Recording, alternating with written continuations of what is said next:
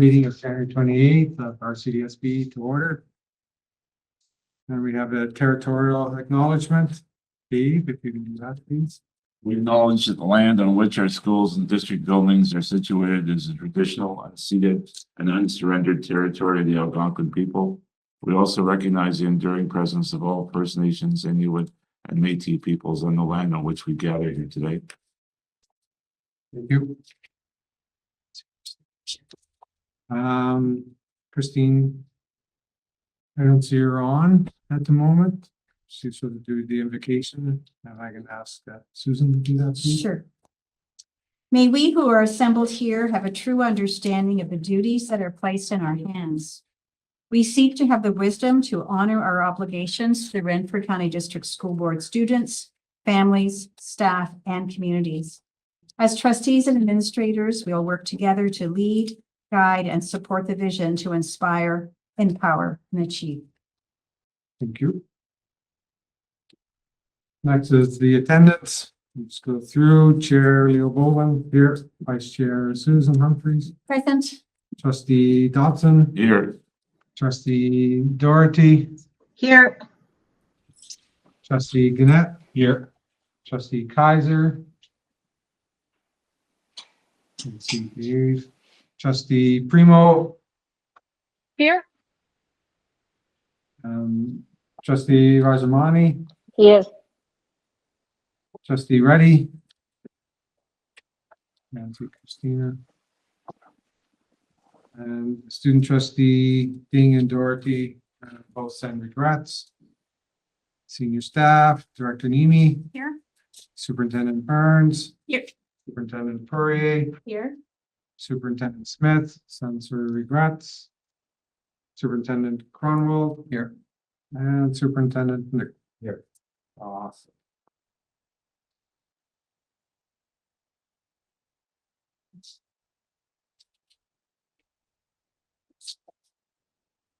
Everybody's had the agenda. I just need approval for the agenda, please. Kim, seconder, Dave, all in favor? Okay, that's passed. Oops. Any declarations, conflict of interest with today's board agenda? Seeing none. And everybody has the previous minutes. I just need a motion to approve the minutes of December 10th, 2024 board meeting. Thanks, Carthy, seconder. Mike, thank you. All in favor? Thank you, that's passed.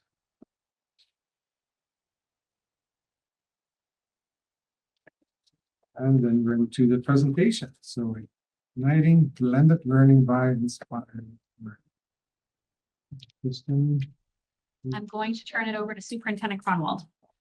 So I did like to introduce our presentation, which I'm excited to share about, really about highlighting our collaboration and learning through our inspired learning coaches. So I'd like to do some introductions. So I'd like to introduce Lisa Blockland, who's here, our inspired learning coach, who's here and present. And we have two classrooms that will be featured later on in a video. Josh Hartwick is online, should be joining us.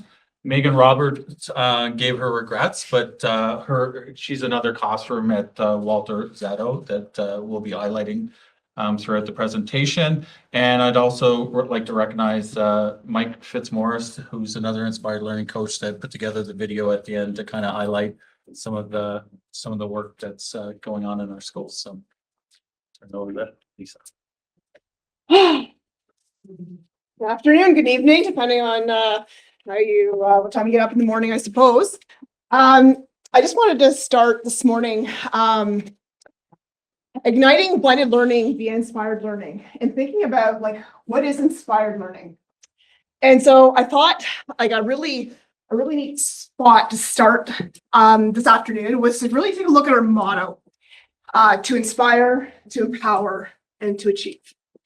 And I truly believe that that is our superpower at Renfrew County District School Board, that we really excel at being able to inspire our students, to empower our students, and to also then lump that in with achievement. And so as we start to navigate some of this, like what does it mean to actually inspire? What does it look like? What does it sound like? How is that for our students? What does it mean to empower students? And what does it mean to then achieve? And so we have a really kind of, I feel like I have like this really, I feel very privileged to have this role, because not only do I get to have a hand in inspiring, empowering, and helping our students achieve, but I also get to do that with our educators. How do we inspire our educators to want to do this work with their students? How do we empower teachers to do this work with their students? And how do we help the achievement alongside all of that great work? And so I really wanted to hone in on that. And as our team of inspired learning coaches, we really wanted to start with this idea of questioning. And I'm in the middle of reading this book. I don't know if you've ever heard of it. It's A More Beautiful Question. It was first released in 2014. It was re-released last year. And it studies, there's a study of 300 of the most innovative and creative entrepreneurs and idea makers. And this idea of the root of all change and innovation comes from asking beautiful questions. And that when we engage in questioning, we are opening up for possibilities. And when we think about our education, for decades and decades and decades, it was about the teacher is the holder of all knowledge, and we're going to impart as much knowledge onto you as we possibly can. And this year, when we were starting to think about inspired learning, how can we start at the root with questioning? How can we as coaches question some of the assumptions that we've been doing year in and year out about how we work with educators and how we can do it better, how we can inspire educators, how we can empower them then to become these change makers as well. So in order to do that, there's this belief system that you start with first trying to figure out what the problems are. Why is it a problem? Asking why questions, and then imagining different what if solutions. And eventually, how might we solve it? And it's never a linear structure from 1 to 3. As you'll see with a lot of the student voices, that there's a lot of things that we have to go back to the drawing board and try a different way of thinking about it, or a different way of doing it. And so this idea of really empowering our students to own this questioning really guided our work. And so I wanted to put something fun in here.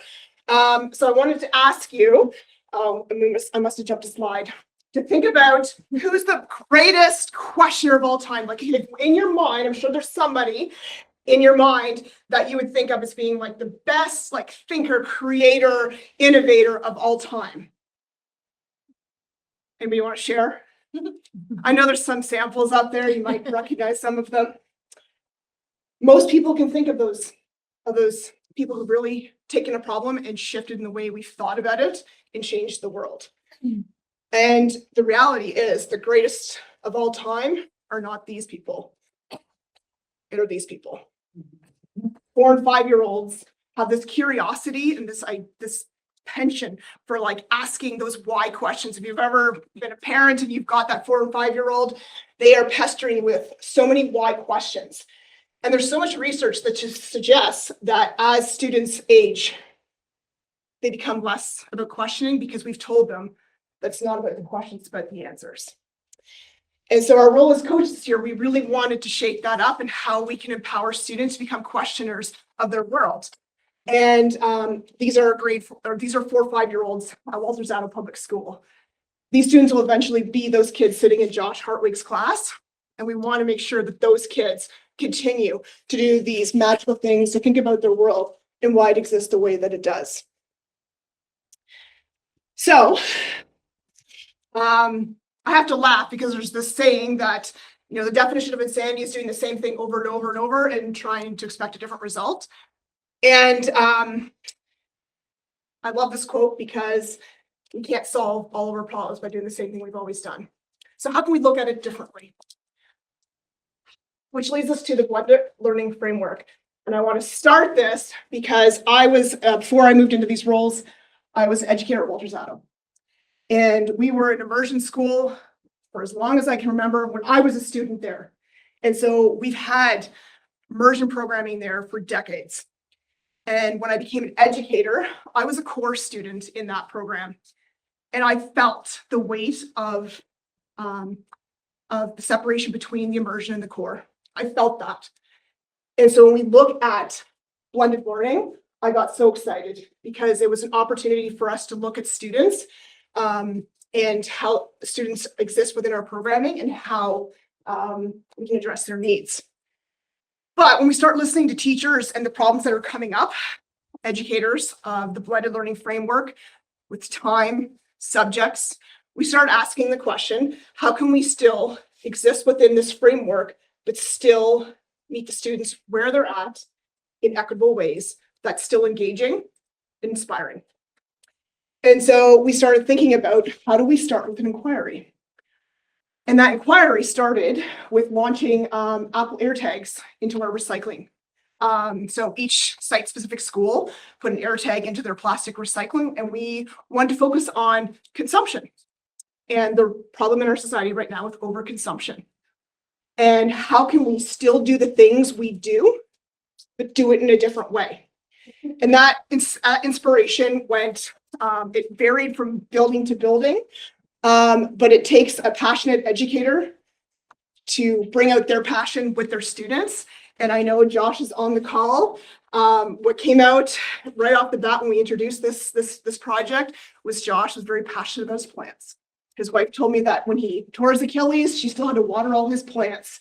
So we knew that plants was a starting point for Josh. But how do we open up that inquiry so that students become just as invested in plants as Josh? Am I right, Josh? Yep. Yes. So I'm going to turn it over to Josh and let him explain a little bit about how he launched his project with his students and makeup of his students. Hi, good afternoon. So my name is Josh Hartwig, and this is my student teacher, Beth Riapel. She's joining us for the meeting this afternoon. So I teach grade 5-6 at Walters Auto Public School in the morning. I teach math, language, and science. And so traditionally, I do my best to try and mix the subjects together as best I can so that the kids are able to utilize the time we have in the classroom to get the most out of either language and science mixed together or science and math. And so when I heard about the entrepreneurship project, I really saw this as an opportunity to sew all three of those on a daily or weekly basis together, and really give the kids a learning experience that they would remember for many years to come. And so in my classroom, it is a blended model. And so I have some very, very strong, very intuitive kids who think outside the box. But then again, a part of this blended model, I have some core students who struggle quite a bit. I have quite a bit who are low with their literacy skills and with their numeracy skills. However, through this project, it's kind of leveled the playing field, and it's allowed all the kids to kind of be on equal footing. And so what has really surprised me is actually some of my traditional students who you would think would kind of struggle have really, really stepped up and have really been able to shine in this project. And they've really been able to show what they've learned, and they've been able to make more contributions to classroom discussions, to the project itself.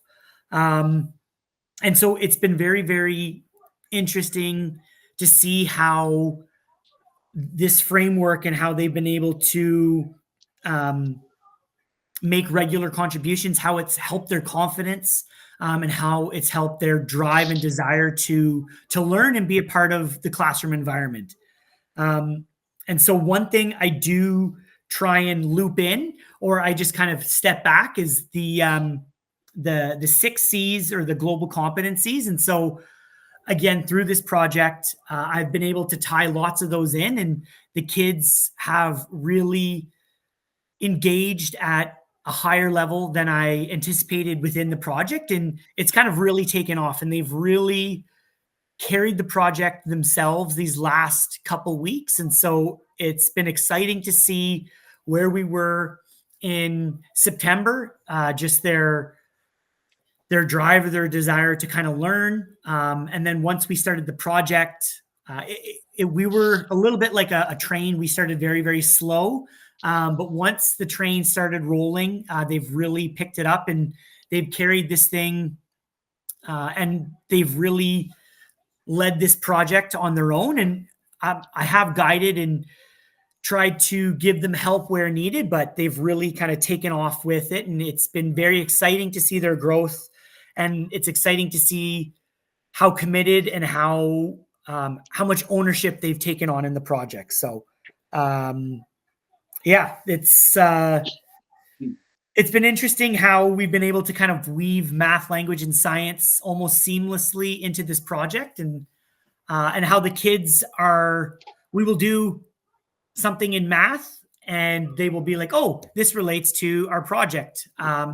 Or we will do something in science and they'll be like, oh, I can see how this relates to our entrepreneurship project in the growing of plants. And so it's interesting how you do sometimes have a math block, a language block, a science block, but the kids are noticing all on their own that sometimes these blocks are mixed together, and they have really kind of soaked all the information in and are able to kind of spit it out and figure out how it all comes together. And so it's been really exciting to see them kind of take the regular math or the regular science, the regular language blocks, and really be able to tie it all together. So it's been really exciting to see their growth.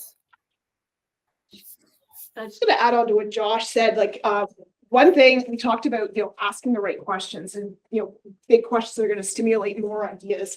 And one thing Josh probably isn't going to acknowledge, but he's a fantastic questioner. I was in his class many times where kids are coming up to ask him a question for them to do their work, like get him to do their work. And he is amazing at getting them another question to go back and to continue their thinking. He's amazing at keeping kids in flow. Because the teacher is no longer a director. The teacher is the one that is keeping kids in flow. So it's no longer teacher imparted knowledge. I was in his class when the kids wanted to grow bananas. And Josh didn't say, we're not growing bananas. That's not possible. Let's go see what it takes to grow a banana. And it's asking the kids those questions and empowering their learning. And you're going to see in the video, this wasn't rehearsed. The actual scientific terminologies come out off their own tongue because it makes sense. It's such a really cool thing. It's hard to put it in a quantitative way of data to show the difference until you see it. And so you see the benchmarks of what it was like before and when students become empowered. We often think sometimes that we can't do these things because of behavior, but often we do it despite behavior, and the behavior resolves itself. Kids feel empowered.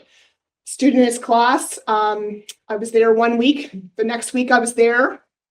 She came running up to me. She pulled out her diary and she wanted to show me the speech she wrote that night before bed. And it was her pitch for her project. She wanted to show there was a sense of pride. I own this. This matters to me.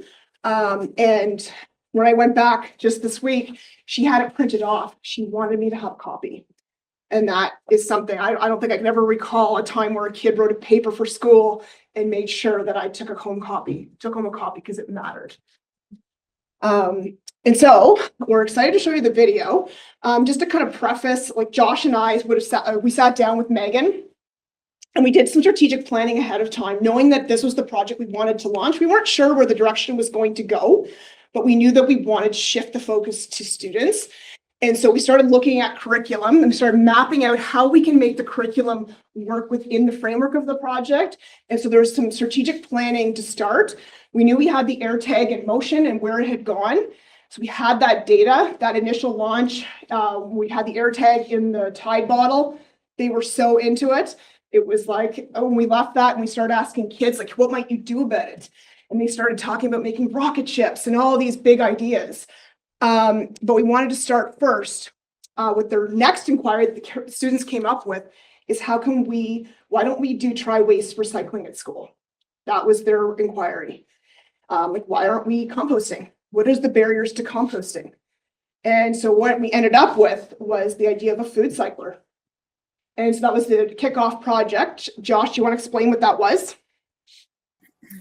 So, yeah, as Lisa mentioned, we wanted to be able to recycle the food within our school. And so part of the kids came up with the idea on their own. They realized that we have a breakfast program and we throw out a ton of food that isn't eaten or that's left at the end of the day in warm classrooms. And so what they wanted to do was they want to make the world a better place. And so with recycling food, this was going to be the soil that we were going to use to help grow our plants. So what we realized, it was that a food cycler is quite expensive.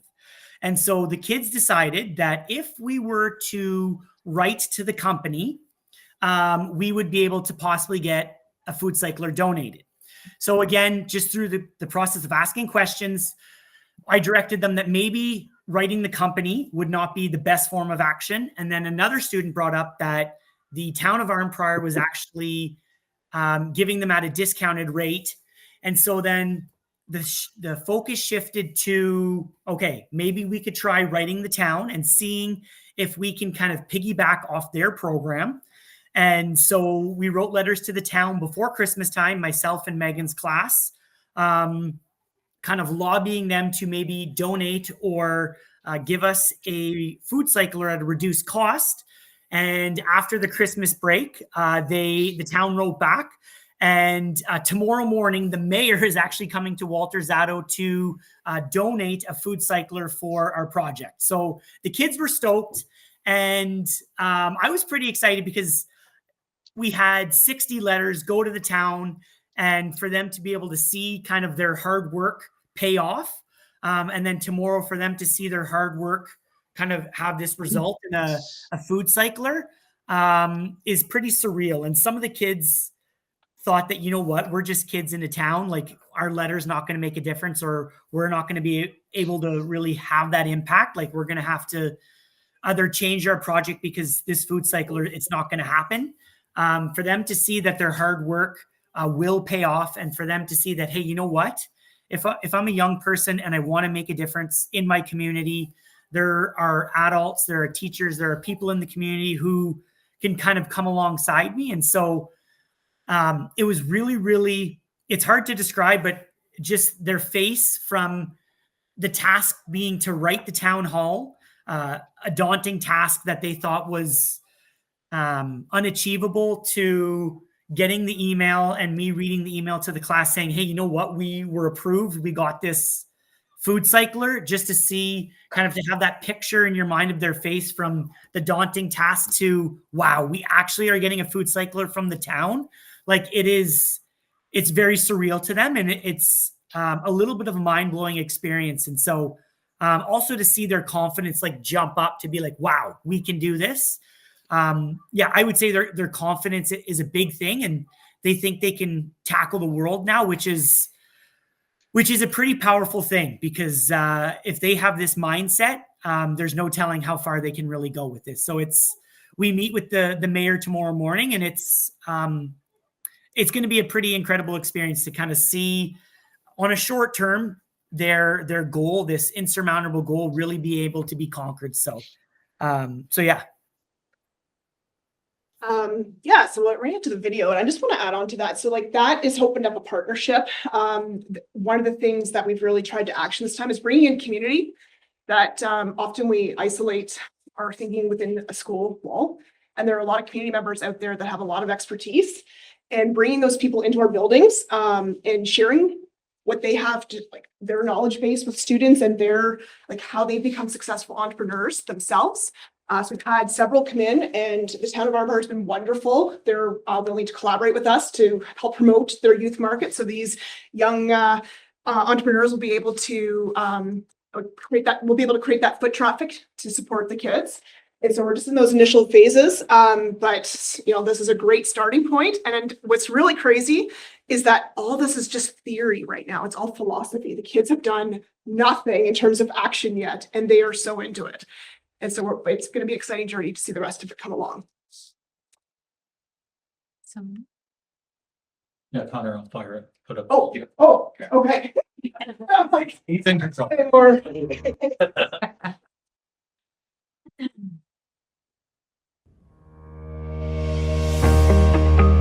This is all Mike Nancy's beautiful to do stuff like this. Welcome to Josh Hartwig's and Megan Roberts' Inspired Learning Classrooms at Walter Public School, where curiosity, collaboration, and creativity come alive. Here, students take charge of their learning through innovative project-based tasks that connect learning to real-world challenges. In these classrooms, traditional subjects blend together as students develop global competencies, all the while creating impactful solutions for their community of Arnprior. Teachers guide as facilitators, fostering inquiry, reflection, and growth. This is education that inspires and empowers. When students take charge of their learning, the possibilities are endless. We're a very important group, so we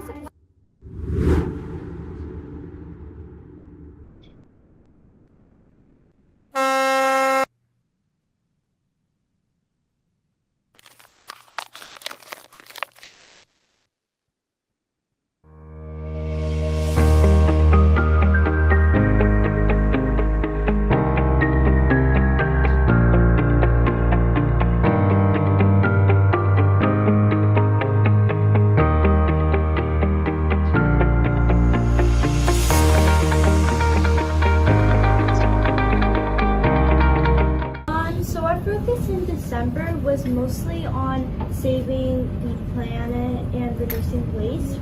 And now our priority is on the business. Yeah. So I hear that possibly next week the mayor is going to be coming to visit you. what? Yeah. And she wants to see what your class has been doing and learn about your project. Our group is just like helping the other groups out. Say like they need seed pellets, seed starters. We have seed starters in our page right for startering and containers. So we help them to get soil. We have pots. We're going to be very helpful. As Coach Jack said, you're not just getting work. Like there's a lot more riding on it. You get like a food cycler or you don't. So there's a lot more to work for. You get a food cycler in return, and now with that, I feel like it can help us so much with our project, with the soil and all that. So I feel like that writing really meant a lot. I think that it's really nice for the town to like respond to our writing and all read it together so that we could get the food cycler. I know last year we learned a lot about like adding taxes and stuff, but actually doing it and knowing that you're gonna have to present it actually has to be like exactly right. I feel like I learned a lot more. I'd say it's similar to the persuasive letter for the food cycler because like you're not just getting a marker. Like this is a part of the project.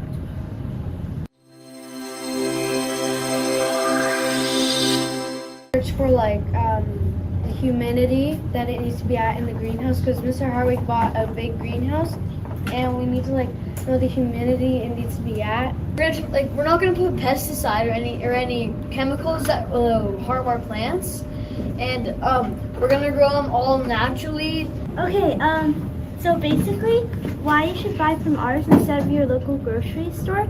Well, first of all, you're investing in youth, but if you buy from ours, you can just pick how many you need from our plants and they'll just grow back. But every time he went to a grocery store, there was more than he actually needed inside a small container.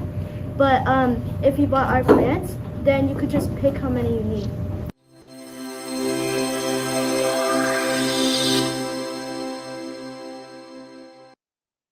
I think that you're not just learning about one thing, you're learning about all these different things. And it's I feel like instead of going one by one, learning about writing, learning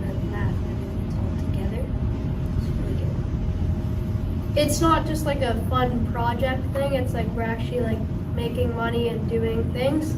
So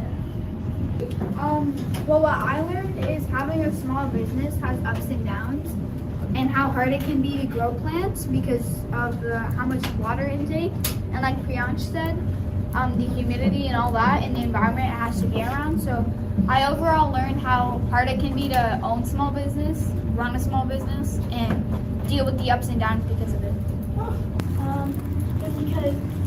Because it's like fun and creative, and we get to go on the computers and learn more stuff about like plants, and it gets you more interested in these kind of things. It makes you want to know. Because A, you have to get creative. B, you also you have to use your brain a lot, and it's also interactive, but you also get to have fun.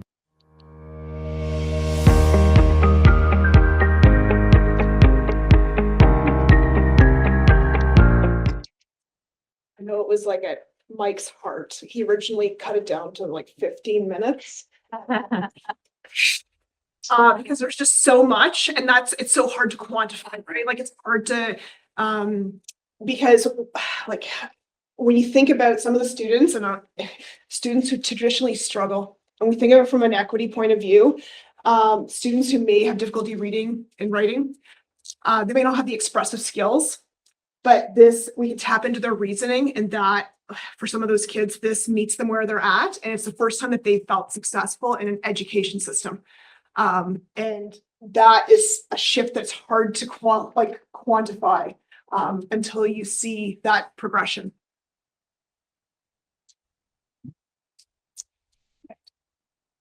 Thank you. No questions? Nice try. I got not really. So any beautiful questions for her? Or- Yes, we're all questioning. I'll go first. Just really enthusiastic watching the video. But there are some people I always used to say, you're put on this earth to teach, and Josh impresses me as being one of those people. And Josh, probably moving forward, as you get on in your career, these kids are going to come up to you at some point as young adults, and they're going to say, hey, remember when? I think a lot of that's going to happen. And I can just see it because I always ask kids, so who was your favorite teacher? Some of them were grade 3, grade 4, grade 5. Like, I mean, it's amazing how early they were. I'll never forget Mr. or Mrs. So-and-so. And I really think that besides all the inspired learning you're doing, I think that's pretty well guaranteed to happen. So kudos to you and your team. And particularly those 4 students you mentioned that for whatever reason, without being specific, you can see that in some fashion, they're going to struggle. And, I guess the line is, starting to believe in themselves and that foundation where they might be at risk, possibly not to graduate or something like that. Well, sometimes just getting a leg up in this type of learning, I think is really, really key. So you're just building that foundation of inspiration. So kudos to you and whoever you're involved with. So thanks. I'll leave it at that. Thank you. I'll let other people go first. Okay. Anybody else besides Susan? She has her hand up. She's just gonna let somebody else go first. For change. Christina, welcome to the meeting. Oh, thank Thank you you. guys. Sorry, I was late. I was out on the roads in the busing hour. Didn't account for the bus ride. I love this project. As somebody who was a student at the schools within the district at a time when recycling and stuff like that was just starting. And then to come back, a lot of years later, and to see that a lot of that has not been kept up was really difficult to see. And I guess the expectation was that things would be even better for, so to revitalize this, especially at this time, is incredibly important. And I'm so glad that this program gives them that opportunity. Not a question, just a compliment. Oh, I do agree. Like there are kids out there who are going to struggle, and with just the state of the earth, and the earth may not, the earth is really for the next generation. And so these kids are the next generation. And so for them to pour all of their time and energy into it, it's very inspiring to see how they've really picked up the green initiative all on their own. Susan, go ahead. Yeah, just a question, Lisa. Really, it's lovely to see this kind of work happening in our classrooms. And I know that, you know, you're an inspired learning coach, so I know you kind of work with teachers to continue this. So, I mean, we need to see this approach in every classroom, right? So how do we get there? Because we know it's going to make a difference to these kids in so many ways. Again, maybe you can't quantify it right now, but likely it's going to show up on EQAO results and all kinds of other places, right? That they will succeed. So how do we just make sure we get this approach in every classroom? That's a really good question, and it's one that we've talked about as well on our end. And you're right. Like when our board improvement plan, school improvement plans came out, a lot of it was centered around well-being. And a lot, like when we think about projects like this, and I'm sure Josh would agree, we look at our students. I am positive in other buildings that I've worked at where attendance was a factor, we have flipped the paradigm in terms of students now seeing themselves in the work. I was just at another school where these boys were stripping pallet boards. They're making birdhouses, and they didn't want to consume, they wanted to use recycled material. And so here they are stripping these pallet boards, which is a lot of work. There's 7, 8 boys, they're sweating profusely. They asked me to stay in at recess with them because they wanted to continue it. When all the work was done, they cleaned up, they had the broom out sweeping, they arranged all their tools back neat. And I was talking to him because this is traditionally a student that struggled in our board. He said, this is the first time. He's like, I actually care about it. He's like, I get to use my hands and it's mine. And so that is a 13-year-old boy being able to articulate what, like, he's seeing himself in the learning. And he's making birdhouses. Like, I thought when he first picked that, I'm like, oh my gosh, like, how am I gonna get this kid invested in birdhouses? We got him there and he's right into it. And so in terms of answering your question about how do we grow this, I will tell you, we've already grown it within the time frame of being launched. Teachers are seeing it in other classrooms and they're like, what? How do I get on that? And so we have added more to the roster for sure, but definitely, like, there's an element of you need to see it to believe it. And that's what was so important for us when putting together this video. It's hard to understand the impact without seeing it. And that is the piece, like, how do we share that impact? How do we get people to see if we can do this? We just have to change the framework that we look at it from, the lens that we look at it from.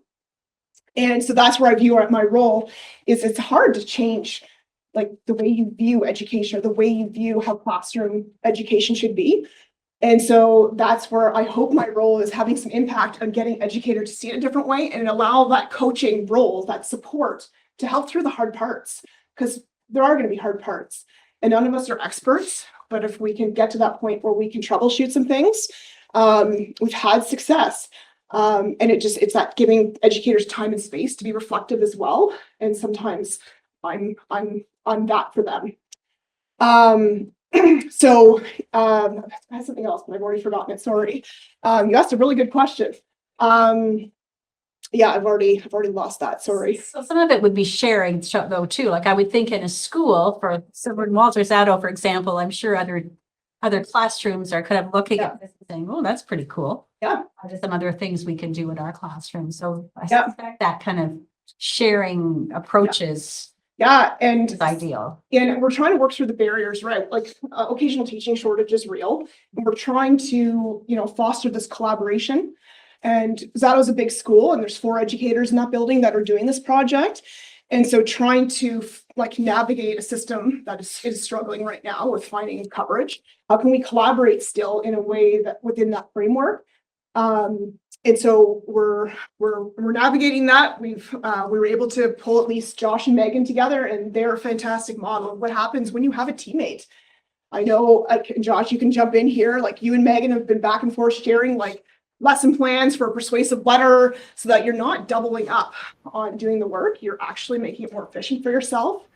And so once you see those benefits, right, And Josh and I have already talked about this. Once you've done this work, you start to see the patterns in the curriculum and the questions you could start asking kids and the math content. Like I know once you start seeing the patterns in the math curriculum, you're like, oh, next year I'm totally going to lump that in with this part of the project, or I'm going to do it in this way. So it's just having that time and space is really important. Great. That's very, very exciting. Thank you for sharing. Yeah, Sorry. I like the idea of, just, because you just never know for like a particular student, what's going to engage them, what's going to inspire them. And so, this is another tool in our toolbox to help engage and inspire the students. And so it seems to be like a wonderful project.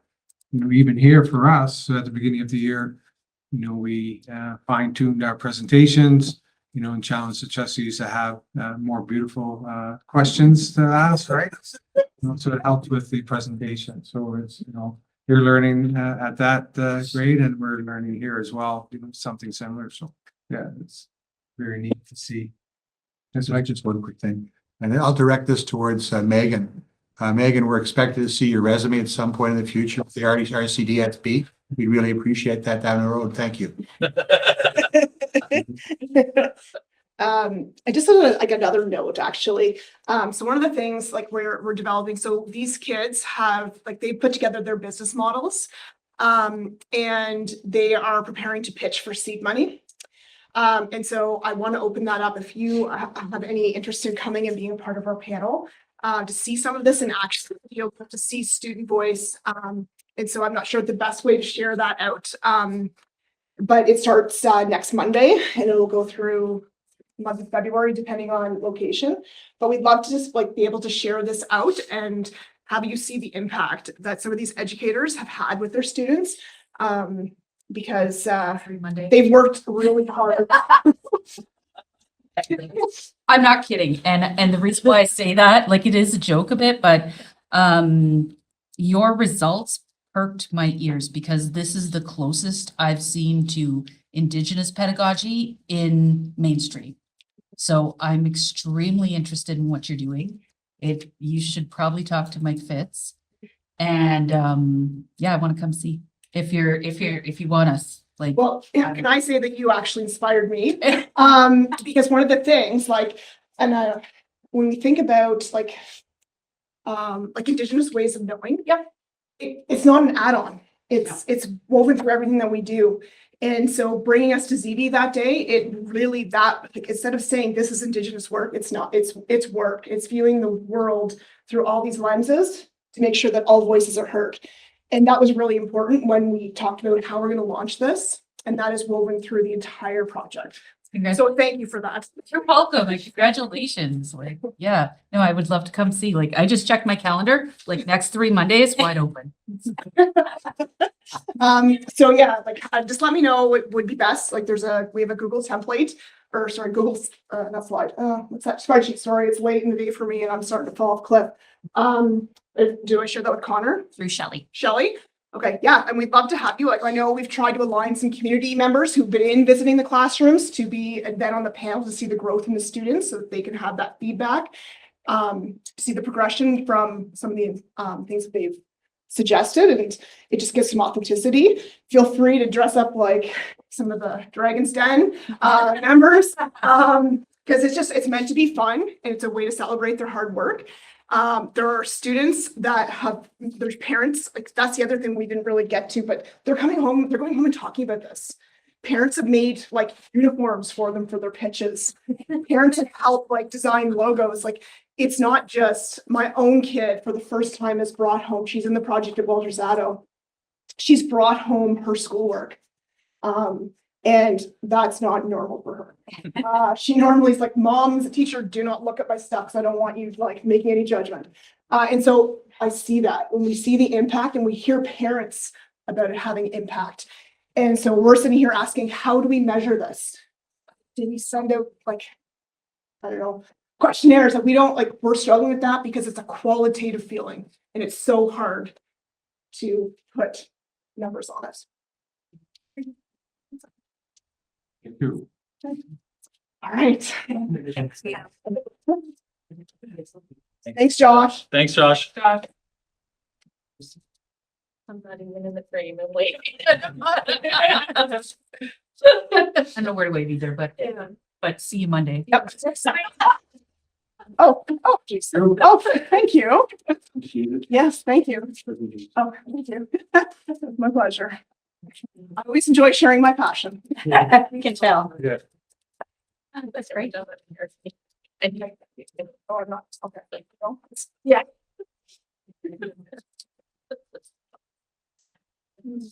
Want some more beautiful learning?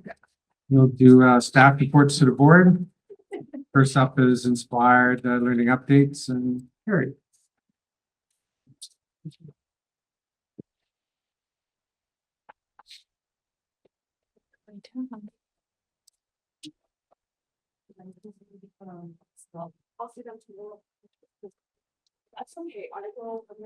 So my pleasure to introduce Sarah again from our principal of curriculum K to 12. And so she's gonna, our Inspired, we have a great team of Inspired learning coaches. They do amazing work and that's a small piece of it. So we're gonna kind of go through their work kind of informed by the, Inspired learning framework and the just different aspects that they support our schools and the system in their work. So. It's gonna feel really boring now, me talking. That great presentation. So you have the report and the notes in front of you. This being a new role in the fall, we did some thinking about where the role would take us, and we did anchor ourselves in the Inspired Learning Framework, which is a wonderful fulsome document put out by the board. And the diagram that you'll see in the video and also in your report really guides us, and it's a wonderful way to land whenever we're asking questions about direction and where we need to go. The priorities that we've established for this year, being core skills, learning environments, the 6 Cs, so those global competencies. And along with that, you've project-based learning inquiry, like Lisa mentioned, but also community partners, the importance of community. The fourth one, assessment and professional development. So that's kind of where we landed for our priorities this year. And the overarching goal of all of that is really to increase the student engagement and to deepen learning. It is a really dynamic position, and I think all of our Inspired Learning coaches this year have really grown themselves because they have their own area where they're really comfortable and have their background, and because of the needs of the board and just the dynamic nature, they've all grown professionally, as have I, very much. And like I said, they all come with their expertise, but because as a group we can respond to what the needs of their district are, it's been a really helpful thing. And I'm thinking ahead about a possible, large retirement cohort in 2027. I keep hearing about it in the news, and how we're going to have a lot of new teachers coming in, and they're kind of trickling in now. And so one of our real focal areas was to help support new teachers and teachers to new roles and in new subject areas, to provide them with some of this inspired educational practice and pedagogies as they're starting their teaching journey. And alongside that, we have, as ministry mandates come our way, for instance, the early reading screener, our Inspired Learning coaches have become mentor trainers for Acadians as well, and are participating in training staff across the board and supporting early literacy in classrooms as well. So really quite the dynamic position for all of them. The really neat thing about the Inspired Learning role as well is the flexibility to do some real neat collaborative work. And I'm thinking about some of our connections with our Indigenous education team through some of the beading work, some of the ZV collaborations that we've done, and also the Entrepreneurs for Change. And you heard a bit of that through Josh's classroom work. He's taken it way beyond like to be true inspired learning. But this year, the focus on sustainability and One Planet Living has really been a really nice, a nice addition to that. And I guess I'll mention briefly the eSTEM, which is a nice ministry funded project. So that's the introduction of robotics into French language classrooms.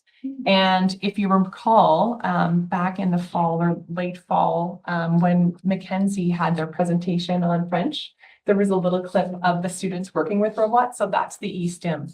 And our inspired learning coaches are supporting that project too. So so that's like, there's a long list of things that they're doing, as you can see here. The Curriculum Resource Hub, they're also helping to support creating a bank of resources for assessment, for diagnostics, and for pedagogical support for our teachers.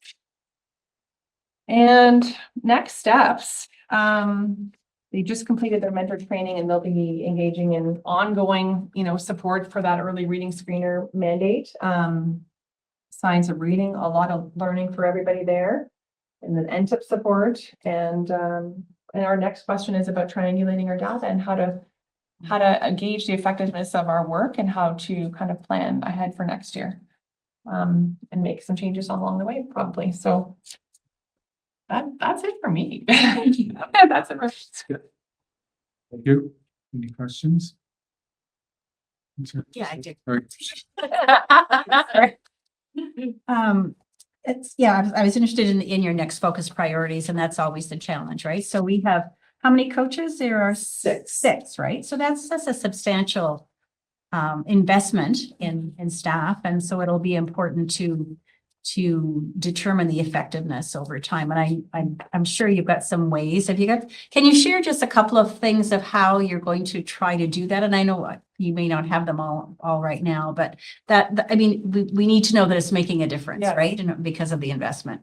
I think Lisa alluded to a few of them, like we're seeing attendance increase in some of the classrooms that our coaches are working in. I think I haven't really, hopefully we're going to meet tomorrow and figure this out, or Thursday, and figure this out a little bit. I mean, we have our street data, like we have some of our some of our data like EQEO, and we have the scores, EQVIA scores. We have the diagnostics that are happening in classrooms and some of those assessments for the core skills. How do you measure student engagement and well-being? Because really, all of our coaches have a huge impact on that. Really, the kids that want to come to school because they want to learn. Our school survey is something that we do every 2 years, so we can maybe look at that data. But it is something that we are trying to work through. Is what data do we want to collect, and how do we want to use it to inform our next steps? And it is tricky, right? Because sometimes you may not see the impact right away, like it might be 2 years down the road, right? It's challenging to know how to do that, but that sounds like you've got it well underhand and thinking about it seriously anyway. So I appreciate that. No, that's great. Thank you. Thank you. Anybody else? I was going to ask about data. She took that. Not really. Just to see, what the data does. And you already mentioned, just the attendance itself, right? So if they're there, they're engaged, they belong to that classroom. So that can only help, in the long run.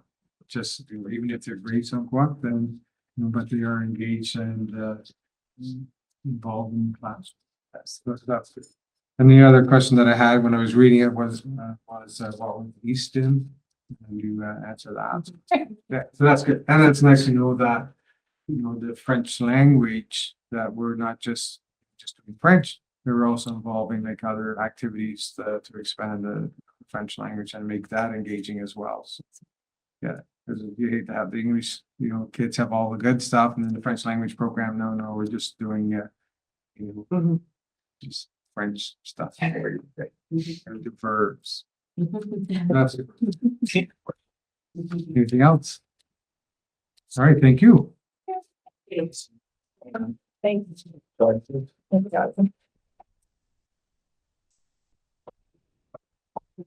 I thought you were No, thank you. Oh, really? Oh, nice.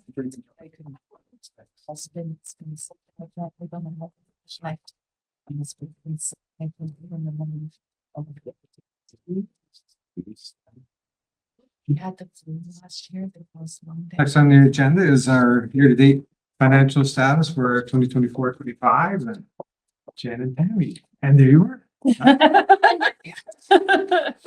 Yeah, so the report and the attachment were in your package, which I assume that you've had some time to review, and Tammy's going to go over a few highlights, and then there'll be an opportunity for questions or clarifications. So this is something we do every year this time. It's updating our budget forecast from our original budget in the spring to a more accurate budget based on updated information. So we know our October 31st enrollment actuals, and we can project a little better our March enrollment numbers that form the budget. So that was done, and it also includes a change in salary provision. So in the original budget, we were instructed by the ministry to budget 1.25%, as well as Bill 124. What actually happened is the reunions that hadn't settled ended up settling at 3%. So, and that was back a few years, so it changed the salary quite a bit for those years. So that was included as well as any other new information we had at the time was included in the revised forecast. Also looking at expenditures to date, compared to last December, expenditures go anywhere between 40 to 33% of the total budget, depending on the type of pattern it is, whether it's a 10-month salary position or a 12-month fiscal year expense like electricity. So at December 31st, the total operating expenses showed that we were 33.92% of our forecast being spent, which is down 0.3 compared to last year. So which indicates that we're in a forecast. We're on forecast. That we're good. So some highlights of the changes. So there's some big numbers in here, and I'll explain a little bit. Well, the 3% actually explains most of it. So the revenue increased $4.4 billion for increase in funding for labor settlements after the settlements after the core education funding was released. So like I said, the instructions from the ministry, offset by some decreases in qualification and experience grant as a result of grid placements of current teaching staff. So that's who was there at October 31st. Revenues also increased for $900,000 for increases in REP grants. Those are miscellaneous grants. Tuition and revenues deferred from prior year offset by the impact of enrollment changes. So tuition was two things. It was enrollment number of students as well as the fees that we charge increased because of the changes to the grants. So it's not just enrollment. Expenses were increased by 4.4 million, reflecting increases in salaries related to those labor settlements, staffing changes, and average salaries as a result of grid placements of current staff as opposed to projected staff. Expenditures increased about 900,000 due to increased REP grant expenses, so matching to the revenue, as well as increase to department budgets to address cost pressures and align with priorities. The result was no change in the net revenue, resulting in the same deficit that we planned on at budget time. Next steps are that we just continue to monitor the budget as new information received, including the actual enrollments at the end of March. So I won't go through every page in detail. I'll just do some highlights. So the first one's just kind of a summary page of the other pages. So, and it has some details there. The next one is the enrollment. So since enrollment drives the grants, we'll look at that. So our enrollment projections stayed the same. Our elementary went down 27, mostly in the JK area, and our secondary went up 27. So the JKs, even though we've gone down, when we project, we use who's actually enrolled in the spring. In finance, we add a number based on what we think normally comes in a year. So we have added 150 traditionally in the last few years because we get so many late registrants. So we add 150 in JK enrollment, and then we add contingency for staff to match that enrollment. So it's not like the school's over projected. We we over projected, but we had a contingency of staff. We didn't give them out. So it wasn't no harm done. Yeah. So, which is a little more apparent on the next page, which is the summary of staffing. You'll see the teachers, we went down 3.5. So that's because we had that contingency of staffing for those 150 students and we didn't need them all. So that was the biggest part of the change in the teacher staffing, as well as and the ECEs. So we budgeted for extra ECEs and we didn't need them all. So we went down. So it's not like we went down in staff. We went down in what we budgeted for staff. So there's some differences there. And I think the words kind of explain down at the bottom of each of these charts. The next one's the revenue page. And I found a mistake when I was reviewing it this afternoon. So the grants in total, the total core education funding grants on line 7 went up 8.4 million, which is more than what we talked about in the report.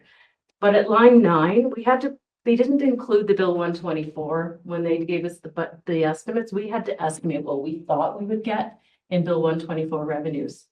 So we had estimated that we'd get $4.1 million there. That got worked into the grants when we did the revised budget. So in the forecast column, that got worked in. So the total at line 10, the change should be 4.5 million as opposed to 8.7. So that's the change in the operating grants is the 4.5, which has a lot to do with the 3% versus the 1.25, as well as an update in the estimate, the amounts for the Bill 124, because like I said, we had to estimate what that would be.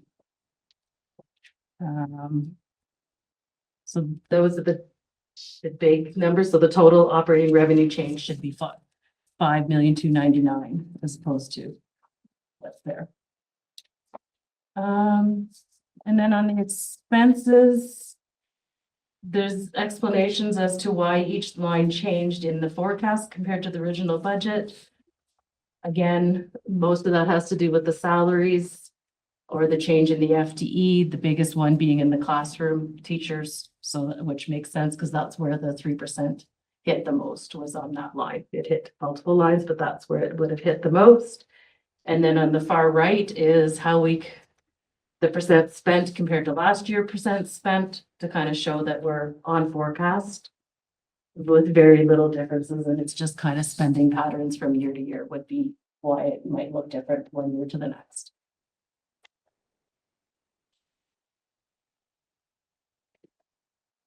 Thank you. Any questions? Sure. Just a comment. It's nice that we're on track, particularly when you hear from other boards that they're having major mid-year deficits, like major, not just little, but major. And some of it seemed to be enrollment projections were so far off. So it's good we weren't too far off anyway. It's nice to see that we're right on track. So we were at the conference last week and the ministry staff came, I think that was Thursday morning. And one of the things that Doreen was stressing was, conservative enrollment projections because of the impact on the budgeting process. And, just reinforcing, we budget and we staff conservatively in the spring and we wait to see who arrives in the fall and we adjust. And I know that does have an impact in the classroom and on the schools, but as Tammy mentioned, we held those positions back and then we didn't need them. And so it's a way to be fiscally responsible and not find ourselves in those positions. So, and it's better for staff too, right? Because it's difficult when you hire staff and then unhire them because we don't need them. So yeah, sounds great. Thank you. Just looking at the change in enrollment by family of schools, just looking at the Petawawa one, it sort of stands out. I'm just wondering, is there something unusual that's happened on base or anything, or is it just? Petawawa is Petawawa, and it's the one we just can't figure it out. And so we sort of expect it to be our wild card for sure. And the base is a huge employer, and the impact of the changes, the decisions that they make sort of filter through on our enrollment. Thank you. So assuming Do you know like where the 65 went? Like, did they leave the area, go to different school boards? Haven't dug into it, but I did quickly look at the JK numbers and their JK numbers were down from what we had projected too. So like not what they projected, what we in finance projected based on the prior years. So, Okay. so there was a few less JKs. Yeah. It's good. The only thing I had, like when I was reading it, and you talked about the revenue increase of 4.4 million. And then you had the revenue increase of 90 cents. So that threw me for a second, right? So I'm glad you said it was 900,000. I go, just 90 cents. Why are you? At the end there. Yeah. Give you 90 cents.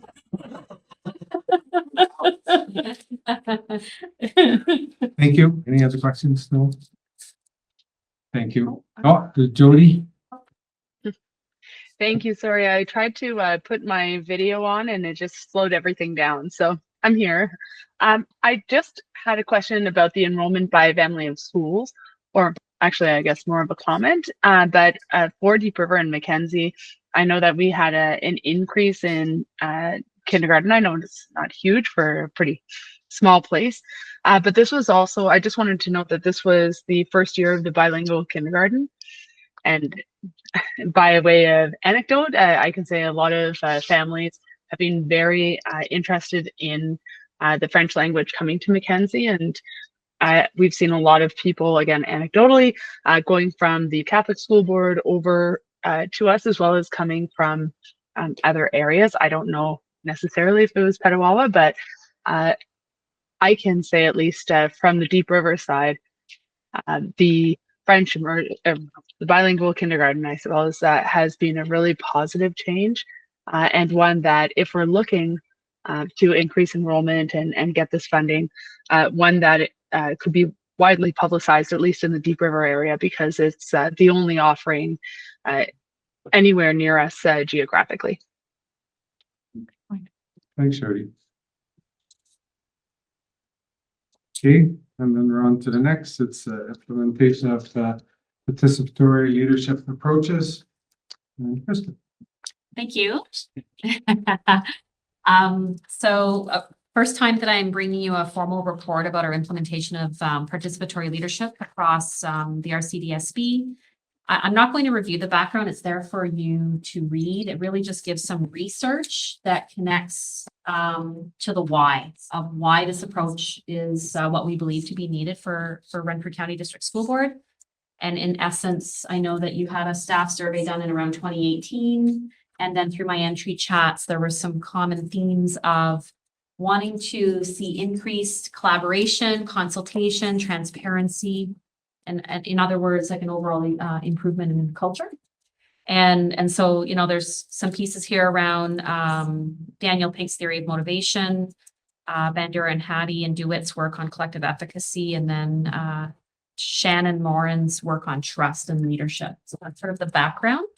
And then a theory of action, because we've been using that in our different action plans. So if we implement a participatory leadership approach across Renfrew County District School Board, then staff engagement and well-being will improve through increased intrinsic motivation, collective efficacy, and trust. And essentially, we've been implementing this approach in across 4 areas.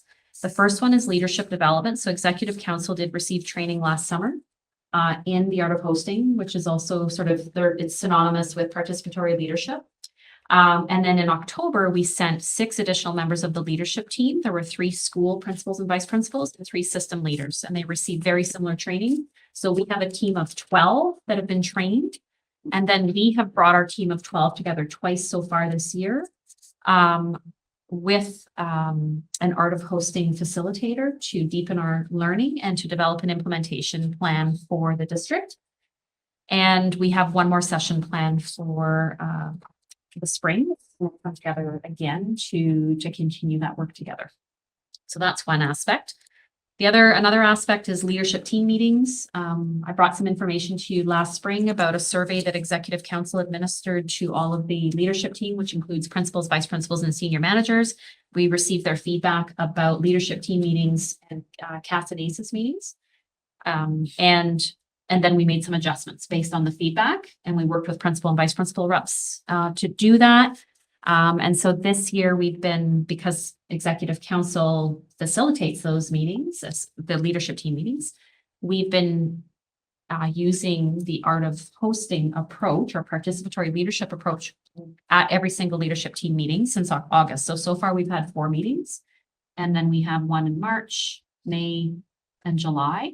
And after the May leadership team meeting, we're going to resurvey the group with the exact same survey that we administered last year to see if we've improved in terms of their perception of the value of these meetings and what they're getting out of them. The third sort of aspect to our implementation of participatory leadership is that on Mondays, executive council meets every Monday to work together. What we've been doing is bringing in different groups of employees to work alongside them on Mondays. So we have executive assistants that join us every second month, principal and vice principal reps. They're with us monthly. 1 month they're with us alone. The next month they're with senior managers. And senior managers are with us every month, but 1 month they're alone and 1 month they're with the P and VP reps. And then we also bring all the union presidents join us once every second month. So for example, yesterday from 1 until 2:30, we had all of the union presidents with us to work on joint priorities. And you can see, for example, the priorities that the union presidents and executive council co-constructed together. We use the themes from my entry chats from the spring as a springboard to identify those priorities. And now our agendas are co-constructed. We have a shared document. Anyone can put an item in there. Those are sort of the overarching themes, and then people insert their topics under those themes, and that's what we anchor our conversations in. And really, we've co-constructed our purpose, which is our why for all of these collaborations, and the norms, which is the how, with each of these groups. And the feedback has been very, very positive from the groups about how they appreciate the opportunity to come and work alongside us. And also we view it as an opportunity to really get input from some key representatives from different employee groups before we put out direction, memos, decisions. We're getting that input beforehand so that when we go out to the larger group, our whole staff, we have really received a lot of feedback in advance. And also then we seek feedback along the way after we put out direction as well. So for example, there was a quick turnaround from when we received direction from the ministry on PPM 128 and when we had to implement for changes to the code of conduct.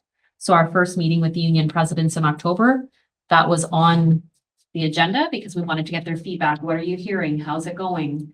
And that's what we do as well. We check in with the different groups to see how things are going in different with our different priorities. And then finally, the last sort of facet, I would say at this point with participatory leadership is we are implementing this approach with the development of the new strategic plan. And so at the February 11th committee of the whole, I should back up. Today, our strategic plan consultant, Jen Williams, who's the participatory leadership consultant, she and I met with the strategic plan trustee committee and reviewed the revised plan and all the timelines and what this is shaping up to be. And so at the February 11th committee of the whole, we will bring a report to all trustees that outlines the plan so that you can see what's coming in the next few months in terms of consultations. And so we are using this participatory leadership approach to engage with students, families, community partners, and staff to get their input into the next strategic plan. So those are the 4 areas where we're implementing participatory leadership. And in terms of next steps, we're co-constructing that as a group of 12 alongside the leadership team. But we really do believe that this is a way of being. Our vision is that, that this approach would be used in our schools with staff, and then staff would use it with students in the classroom. And we're already, after having 4 leadership team meetings where they've been immersed in this approach, principals and vice principals are taking this into their staff meetings, and they're receiving a lot of positive feedback from the staff about the way that they're structuring their meetings. And so that's a summary of where we are with this. Thank you. Any questions for Kristen? Awesome, good work. Thank you. Any questions that we had, Crystal they're all clear. answered. I asked them before, so it's okay. Got a preview for later. Good. Excellent, really excellent. All right, on to the next, the attendance support program, Jacqueline. Great. Yes, so you would have had an opportunity to look at the report, but we did want to bring a little update on the PPM 171 as it provided new direction to districts in terms of the requirement to have an attendance support program. We do have to have that fully implemented by June 26th of 2026. However, we're already in the early stages of development, and our goal is really to have it for the fall of 2025. We have worked, we've had a few meetings so far. We will continue to work with meet with the union presidents, senior managers, and some principal representatives to just give feedback as we're moving through the development of this. And it's really important to us that we have buy-in from all, invested parties in terms of how we're going to implement this. It is in the past often been called an attendance management program. And it's, a subtle change, but an important change that it's considered an attendance support program. And that's a really important aspect that the unions, of course, want us to take, but it's important to us too. There is an aspect of it that is managing attendance, but having a supportive approach is what's going to, I believe, help us to get there, similar as to we would do with students, right? So trying to change that view of human resources being there to help identify that there may be an issue or concern and say, what can we do to help and support? Are you aware of, different programs? How can we help you to access different resources in order to have people in buildings in our schools? So we are doing that with that committee. And then we also have some partnerships in the province. This is a big topic when we go to senior negotiators currently, and they have plans to support us throughout the next few months. But also there's a subcommittee that Megan Charbonneau and Emily Scott have been a part of, and I've attended some of their meetings, not all of them. Just HR professionals saying, okay, let's really break this down. What are we looking at? What's our best thinking at this time? And then finally, the SBCI support, which is the School Board Cooperative. And they actually are next week, I just found that out today. Next week, we're going to be on a session with them, trying to hear about what they might be able to do in support of attendance support programs as well for districts. So we have an info session with them, but we have always participated in their absence study report, and we get data from them that helps us to understand, what are the trends that we're seeing in our district and how do those trends compare to the province. So in our next steps, we're going to keep working, collaborating, and learning together. And as I said, with a goal for the fall to be able to take our first real implementation of a new attendance support program. Inquiries of, I'm wondering, I guess, not just inquiring, so wondering. I'm just wondering how the participatory leadership framework piece works along with this, because I get a sense that the idea is that better collaboration, communication, a sense of belonging, all of those good words that we know are so important to everybody, but especially to staff. Right. How it kind of connects in with the attendance support program, or how you see that fitting together. And I'm assuming there's a staff survey likely coming down the road. I think you mentioned that too. Right. So like some more feedback. Like an offshoot of this piece, right, is looking at culture and well-being and engagement. So we do have a meeting set up where Jess Poff and some others, Jenny through Safe Schools, we're going to look at surveying of staff, but we're also thinking about other types of surveys or things that we can do to get voice from staff. And think about, how can we help to support in those areas? And the participatory leadership approach in our exec meetings is helpful with that in terms of, like, just yesterday, as an example, we had a great conversation with the union presidents about some of the things that they think could be, what are some strengths that we have in terms of culture, and what are some barriers, and what might we be considering doing. And when we have our first meeting about thinking about what the survey is that will go out within schools, then after I have that meeting with Jess and Jenny and that group, then I'll take that and meet with the union presidents again and get some of their feedback as well, to help guide and think about what those good questions might be. Having their buy-in is really important for having the buy-in of their members, our employees.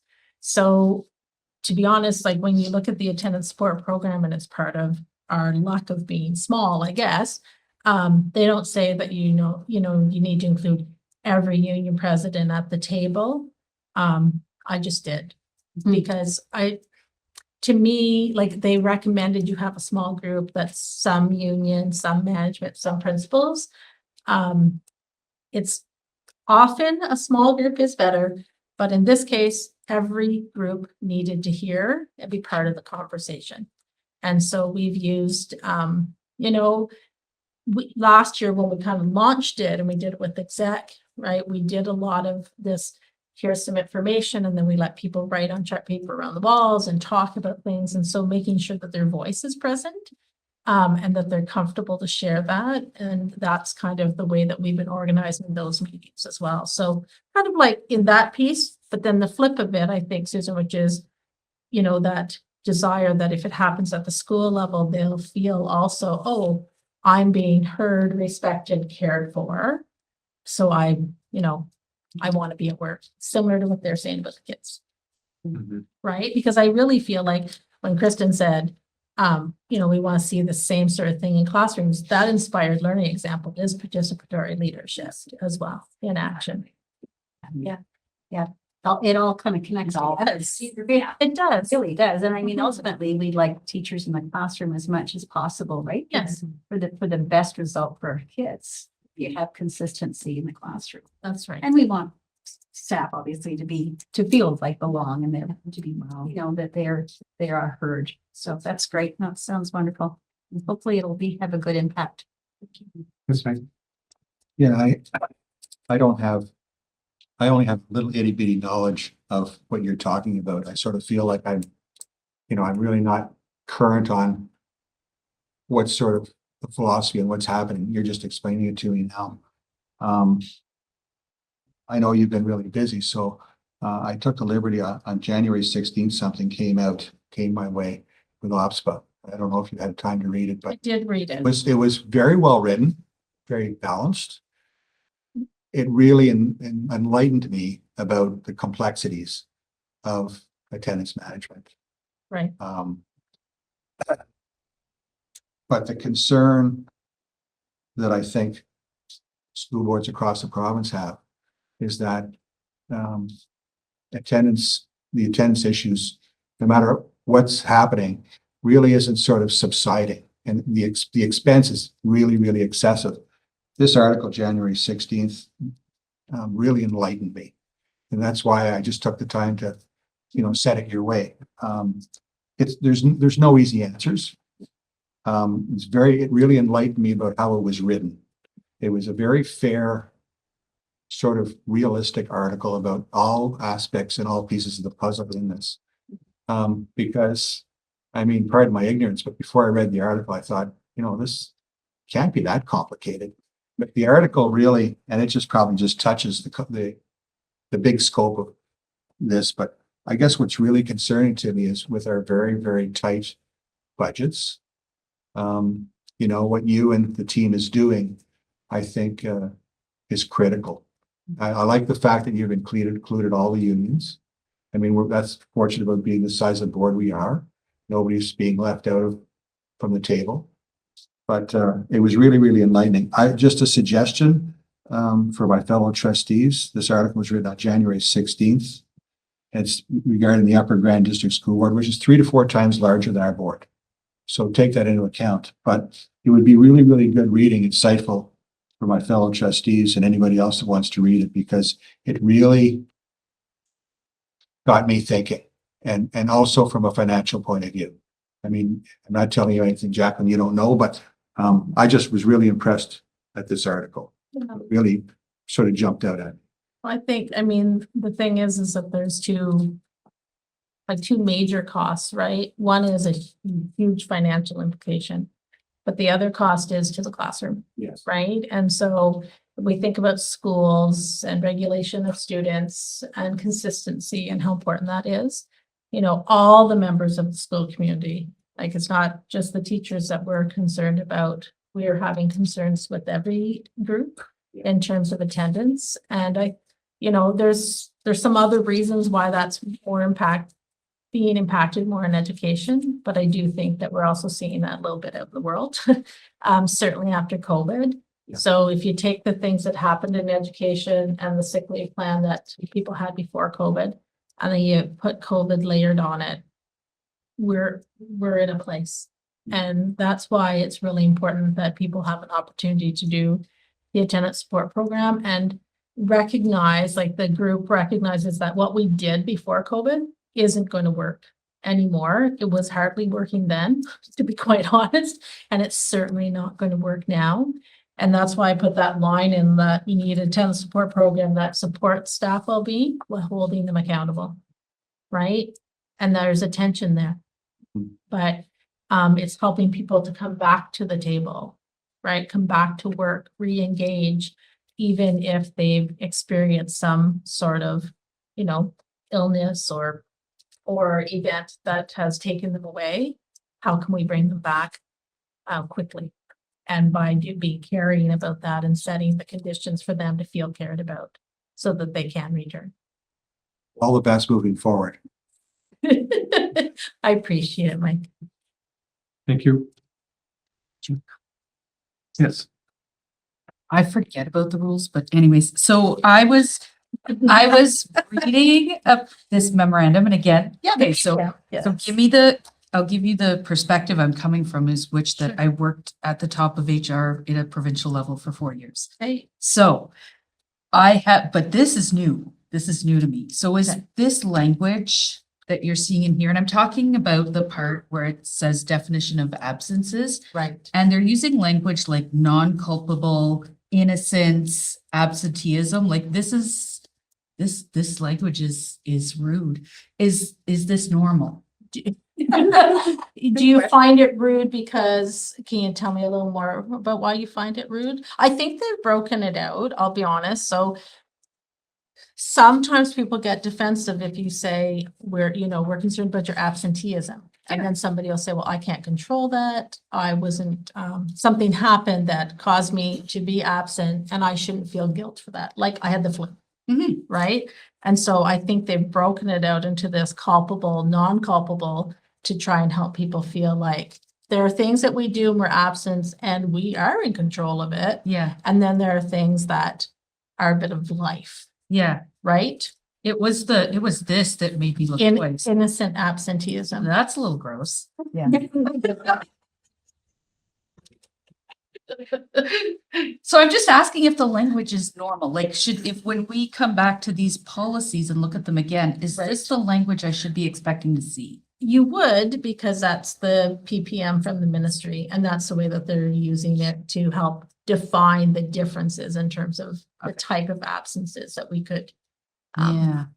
It's very. I mean, I would have went with preventable and preventable. Oh, but I mean, do your own work, people. Like, I don't like the terminology. I don't like the terminology, so it makes me uncomfortable because it's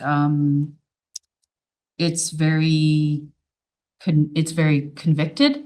Like it feels like you're going into prison term or something. The culpable, the non-culpable, and the innocence. Yeah, it's a little gross. Yeah. So, like preventable and unpreventable would have been simpler language to use. I'm just giving feedback because this is new to me. Sure. So thank you for Yeah, answering the questions. And I know it is a bit of a tension point.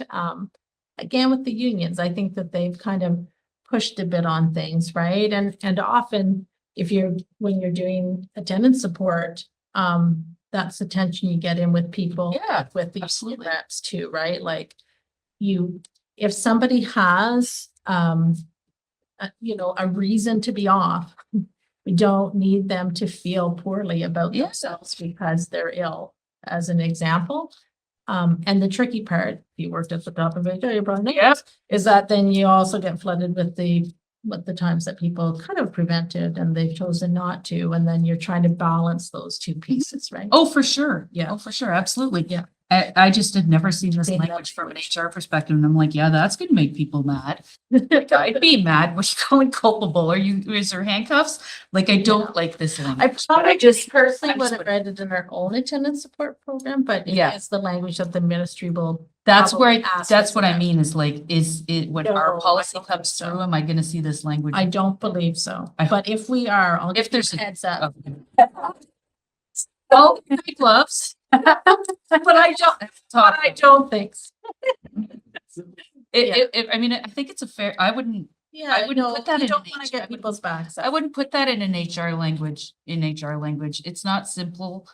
It's convoluted. It comes It across sounds as convoluted. It's institutional. And that's the opposite effect of what the What we're program is trying trying to to do. Right. That's all. Thank you. Jody? Thank you. I just wanted to chime in with Trustee Ruddy. I completely agree, and I do think it's in stark contrast with attendance support, and it being a non-disciplinary program. So I completely agree with that. I also wanted to just note, I know we're restrained somewhat by the ministry, but as someone who's in business and who thinks about a lot of HR issues, even preventable absences and non-medical absences can be very important for employees. And I think it's important to give space for those reasons as well. If somebody is on the verge of a breakdown and just needs a minute, probably better that they stay home for a day and then come back the next day. So I recognize that we are bound by the ministry, but I completely echo Trustee Ruddy's comments, and I think they're very valid and important. Thanks, Jody. And I think that some of that language too is about, it's not that you wouldn't recognize the things that you said, Jody. It is ensuring that people are being honest with the intentions behind why they're away. And they're following what they have available to them based on what the ministry has provided and their collective agreements. And that if we ask questions, we expect an honest response about what people are doing with their time as their employer. So, thank you. Thanks, Jody. Thank you. All right, on to, that concludes staff reports. Yes. On to the director's report. Thank you, Chair. So the report was included in your package, and just going to give some very brief highlights from the report. The first paragraph is about a pilot class at Renfrew Collegiate Institute. And so from year to year, we receive additional funding to support experiential learning in our secondary schools. And this year we use some of the funding to support an extra section at RCI to pilot a food rescue class. And this school was chosen because the teacher involved is involved with the food bank, the local food bank, and is the food and nutrition teacher and has a huge passion for the concept of food rescue. And it's actually going to be looked at from a provincial perspective as well, because a proposal has actually been submitted to the Ministry of Education from Feed Ontario to consider something like this for multiple secondary schools. And so we are being pioneers with this concept. And we are going to bring you a presentation later in the semester about how it's going with this class. Second point was around school council visits. I think I mentioned previously that I was going to go to school councils to recruit for PIC. And so I am scheduled to go to a number of school council meetings. The schedule is there, hyperlinked for you. And so I have been going there with 3 items to talk about, and sometimes they bring up more topics. But recruiting for PIC, giving them a heads up about the consultations for the new strategic plan and actually getting their input around barriers and possible strategies. And like getting their feedback about how to get a lot of families out to those consultations. And then also reviewing the Getting Help in Our CDSB flowchart, which is part of AP 155 and the ministry's revised PPM on communication with families. So that's the second item. Third item, wanted to bring some good news here about the continuation of the menstrual equity initiative. I know Grace was very involved with the student trustees and advocating for continued funding for this. The ministry has confirmed through email and through the TPA being received. So we received the TPA last week, transfer payment agreement, for another 3 years for this program. And so that initiative in our board is led by Jess Poff, Principal of Human Rights, Equity and Anti-Oppression, with support from Facilities. Bill Murray and his staff are very involved as well. Kindergarten registration. We have a 2-week window where we really sort of advertise that as being the window. We know we will accept kindergarten registrations at any time of year, but that's our window where we really highlight for families that we would like them to come in and get their children registered. We've been using radio. So Superintendent Cronwald and his team have been working with Connor on the campaign.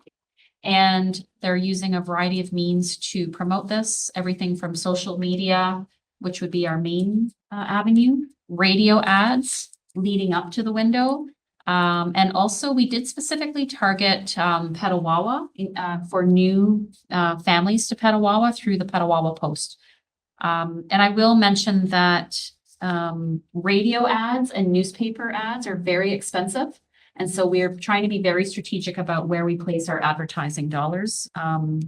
So you may not see the same level of advertising in every single community because we simply have to be we have to be strategic around how we spend our advertising dollars. Secondary recruitment and retention is being led by Superintendent Nickel and Principal Krista Rakowski, working alongside Connor and a group. They have been busy at work as well in promoting transitions, whether it's 6 to 7 in the Renfrew family of schools or 8 to 9 in many of our other families of schools. In this particular instance, again, really using social media. Our students are on social media, our young families are on social media, but we did target Barry's Bay and the Madawaska Valley for secondary recruitment and retention. So you will see or hear that we had some additional advertising in that area. Okay. Artificial intelligence, probably on your radar in one way or another. I will say that last week, Superintendent Barnes and I were at the CEO CFO conference in Toronto, and like 2.5 days, almost the whole 2.5 days was about artificial intelligence. And so we received a lot of professional development around that. That's being led in this board by Superintendent Nickel and Corey and Krista and their departments. So they have a team working on this for our CDSB. And this is just a little update here about the fact that they've established a steering committee. They've had a few meetings and they put out their first email to all staff last week, where they provided some direction, some guiding principles, just a couple of articles to read, just to get people used to the idea that this is coming to all schools and into student learning, because this is not going away. And we need to really, we need to get onto the learning journey to learn about the strengths and the power of AI, and then also how to keep our students safe. So those are some updates for you. And I will share that you've probably noticed that my director's reports have evolved over time. Before Marion's training, they were a lot of good news items. And then she said, you should beef those up. And now the way I'm viewing them is actually, these are mini updates that don't require a full staff report. So if you look at these 5 or 6 topics, we didn't need a full report, but a paragraph about this topic we felt was warranted at this time. And that's now sort of executive council is sort of helping me think through, like, what do trustees need in terms of like some updates from you. So we have rethought this report. So I'm sort of speaking on behalf of all of executive council now when I bring this report to you. So thank you. Thank you. Okay. Any questions? No? Sorry, we'll go with Jody. Which on hold? It's okay. Okay. Jody? Thank you. I just had two questions about your report. The first one was regarding the school council visits. I noticed on the graph, and I know it's the case in Mackenzie, that there hasn't been a school council for a number of years. I apologize if it's already been addressed and I missed it, but have we discussed why that is, and if with your visits, are you inquiring or looking into what efforts the schools are making to have these school council meetings? Yeah, so that is something that I am going to be digging into now that I do support parent engagement directly through PIC and school councils. So it is something on the to-do list. Not there yet, but it is a good time for me to ask a school like Mackenzie Community School with a new principal. It's an opportunity to perhaps, talk about how they might sort of resurrect a school council at that school. So thanks for asking about that. Thank you. And I'll give you a word of warning. I asked about it and now I'm on it, I think. So be careful. Well, there you go. That's Thank good. you. The second question I had was just regarding to the recruitment for kindergarten registration. And I absolutely understand your point that advertising dollars are very valuable and it's important to spend them wisely. I wanted to inquire if there's been any consideration into a more systemic approach or strategic approach to advertising, like having an SEO consultant or something along those lines. Like, have we thought about reaching out to somebody who does this? So very timely question. I did share with the chair and vice that once the strategic plan is developed, we are planning to budget for an outside marketing firm to work alongside executive council and leader on a marketing plan.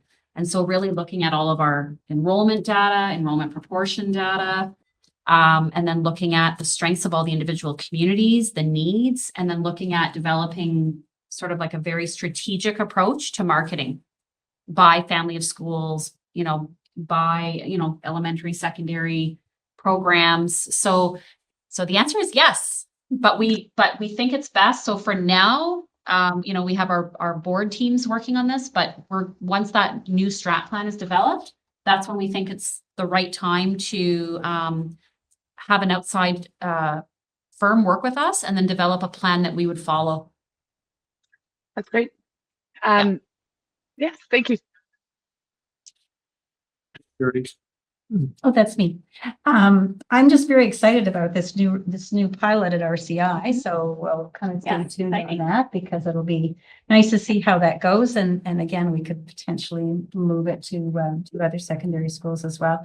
And I just wanted to comment on the recruitment or the recruitment and retention and kind of the overall marketing, particularly around kindergarten, but also into the high schools. I think that it's nice to have thank you for the update on that, just to understand how you are targeting it this year, because I think a couple of us have seen, some billboards actually in some parts of the district that were kind of interesting. But we also know the kinds of costs for those too. So you have to really decide what's the best bang for the buck, right? So appreciate the update on that. Thank you.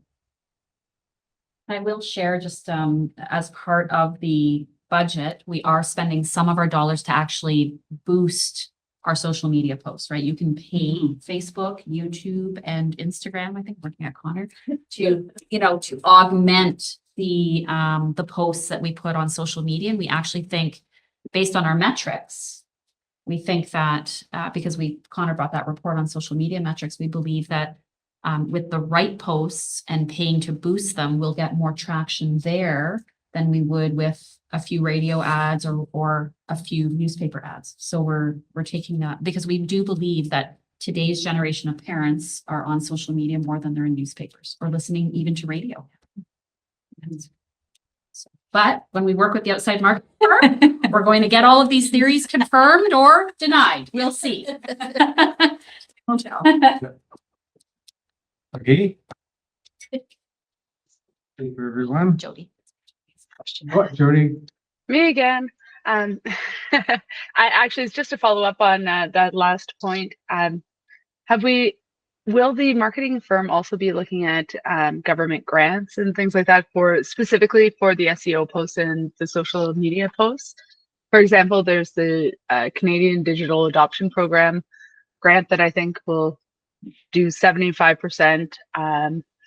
It will pay 75% of the consultation fee, which can be up to $15,000. Have we looked into some of those grants? Because not all of the marketing firms will work with those grants through the government, but it might be another cost-saving measure we could consider prior to hiring the any kind of marketing team. Thanks for that feedback. I had not heard of that grant, and I'm not sure if the public sector is able to access it, but if we can, we certainly would apply for it. So we will definitely explore that. Yeah, thank you for that feedback. Okay, on to committee reports to the board. First one that we have one for is the SEAC. Mike? Yeah, SEAC committee met on December 19th, 2024. Numerous things were discussed, but there was no recommendations made. But one of the highlights that I just want to point out is they commented on the SIP audit, which involves a lot of money, and it was an overall very positive. The ministry was very good compliance for that particular report.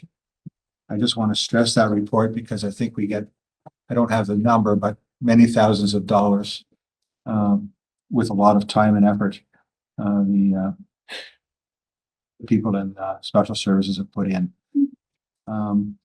We touched on subjects like conscious discipline, balance relationships.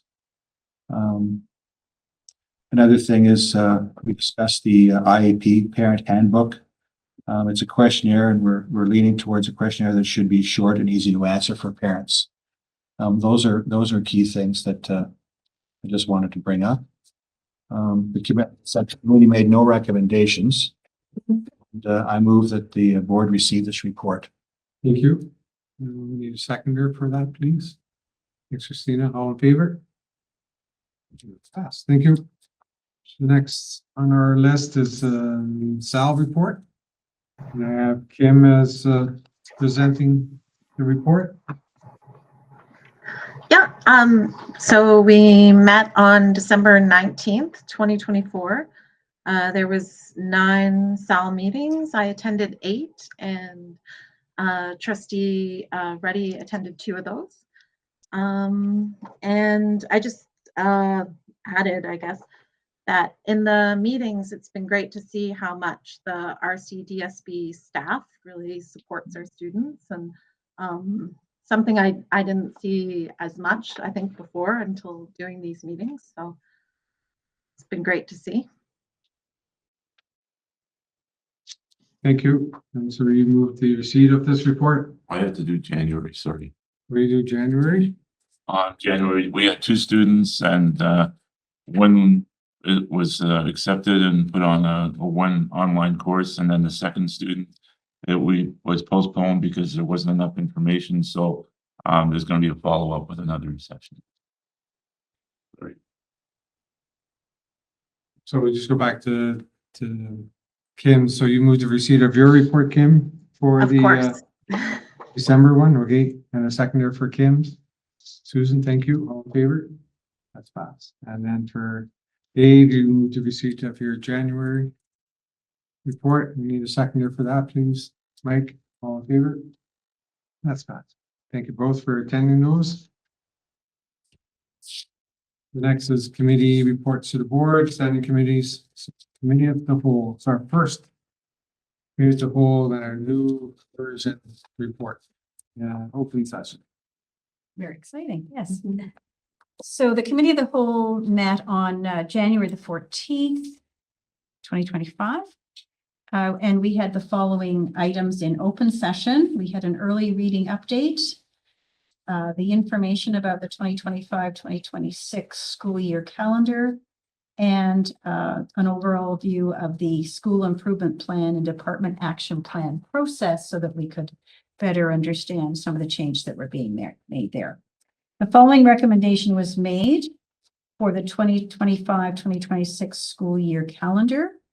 Whereas the Ministry of Education requires that the RCDSB develop a school year calendar that follows the guidelines set out in the Education Act and the annual guidance provided by the Ministry of Education, we recommend that the Board of Trustees approve the RCDSB 2025-2026 school year calendar as presented in this report. And I move the adoption of this report. Thank you. So Susan moves. We need a seconder, please. Thanks, Kim. Any discussion? All in favor? Thank you. That's passed. And now I need a mover and a seconder to go into close for the community as a whole. Mike, Susan? Yeah. All in favor? We're in close.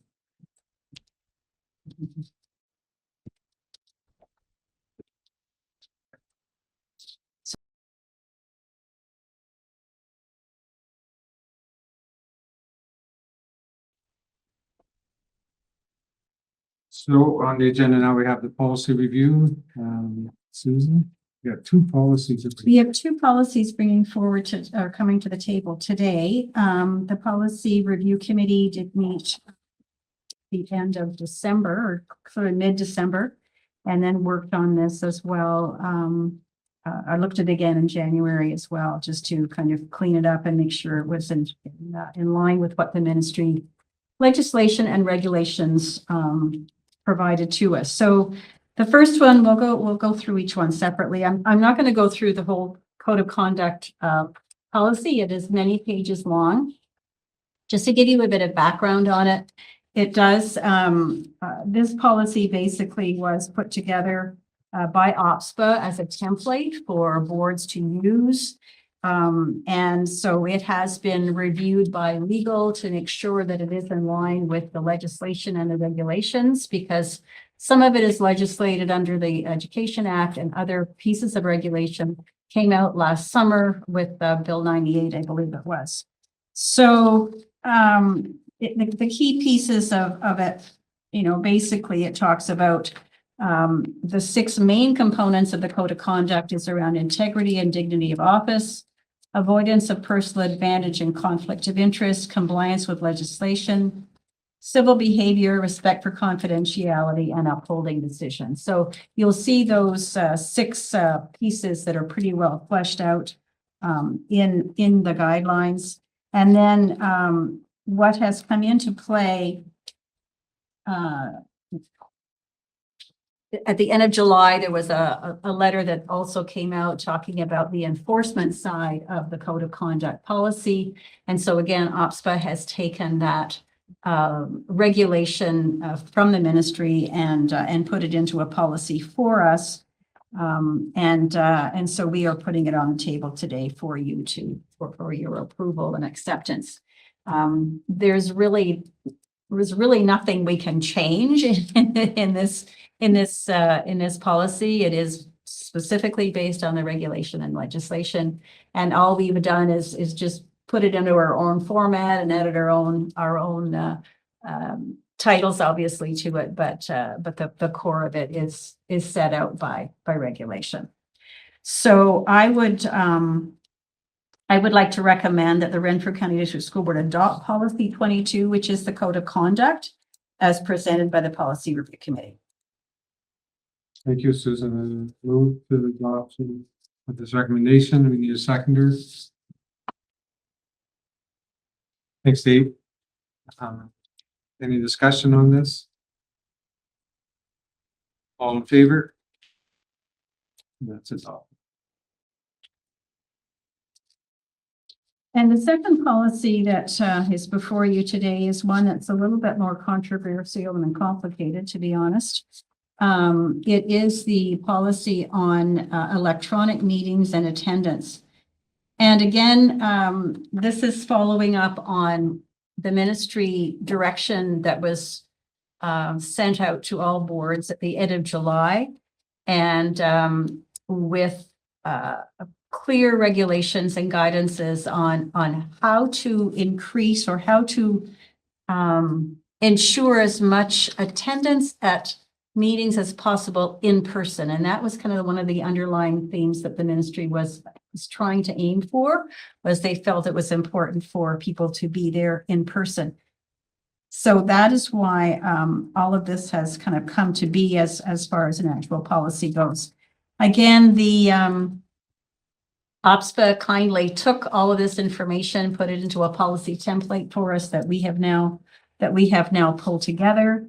And so that there are certainly a number of pieces around this that we had to update our electronic meeting policy, which we had before, but is now updated, but including a number of requirements on the revised on the revised regulation.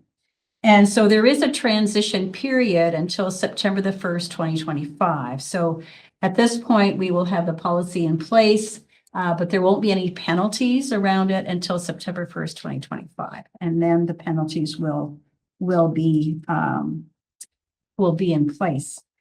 So there are exceptions. So as a trustee, what we have to do will be to request the chair for an exemption in personal attendance, but to attend electronically.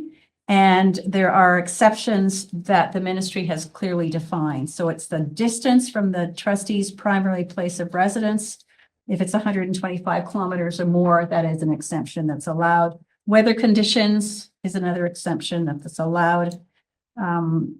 If you cannot be there due to health-related reasons, obviously, that's another exemption. The trustee has a disability that's challenging to be present at the meeting, or if you can't be physically present due to family responsibilities.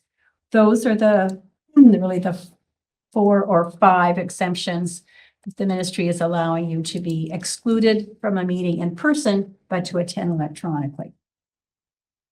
So this is in place for both the board meetings, formal board meeting like today, but also, for committees of the whole as well. So we'll just have to kind of keep that in mind too.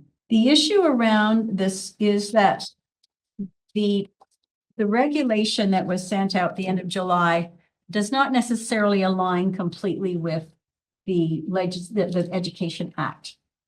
And so one of the pieces in the Education Act says that if you are absent from a meeting, a regular board meeting without being authorized from 3 consecutive regular meetings of the board, your seat is vacated.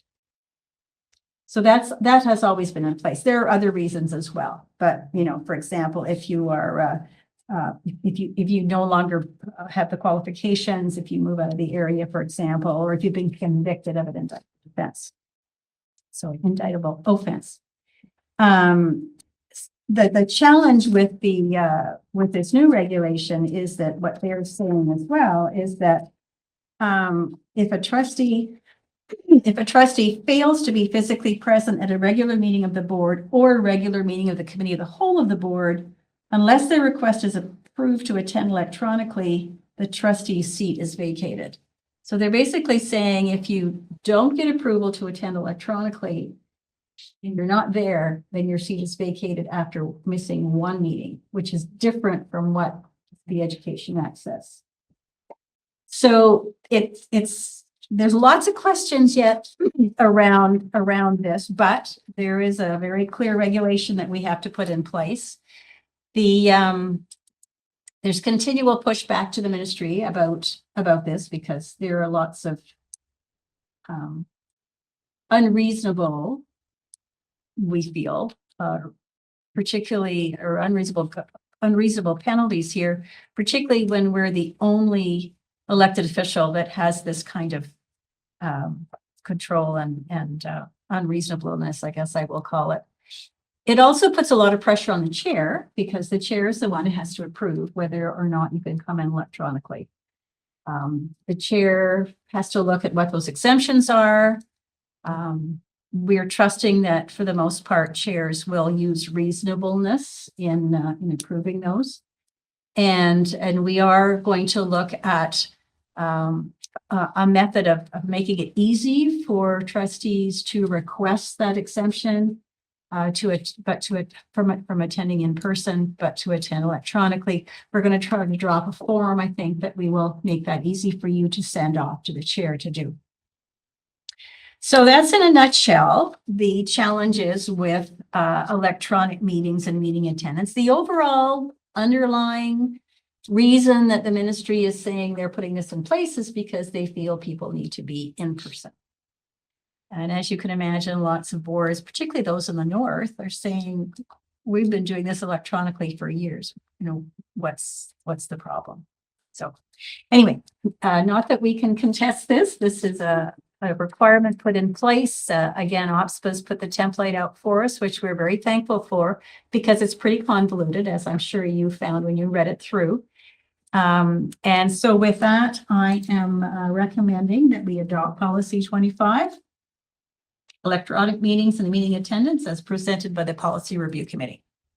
Thank you. We need a seconder, please. For this. Second. That's a discussion maybe we should have. Has to be second. Yeah, if nobody seconds Okay, it, then sorry. it just dies at the table. You have to have it by regulation. So. No, you're all second. Now we can have discussion. Any discussion? So would that include vacation time as well, like if going away on vacation? Vacation is not considered an exemption at this point.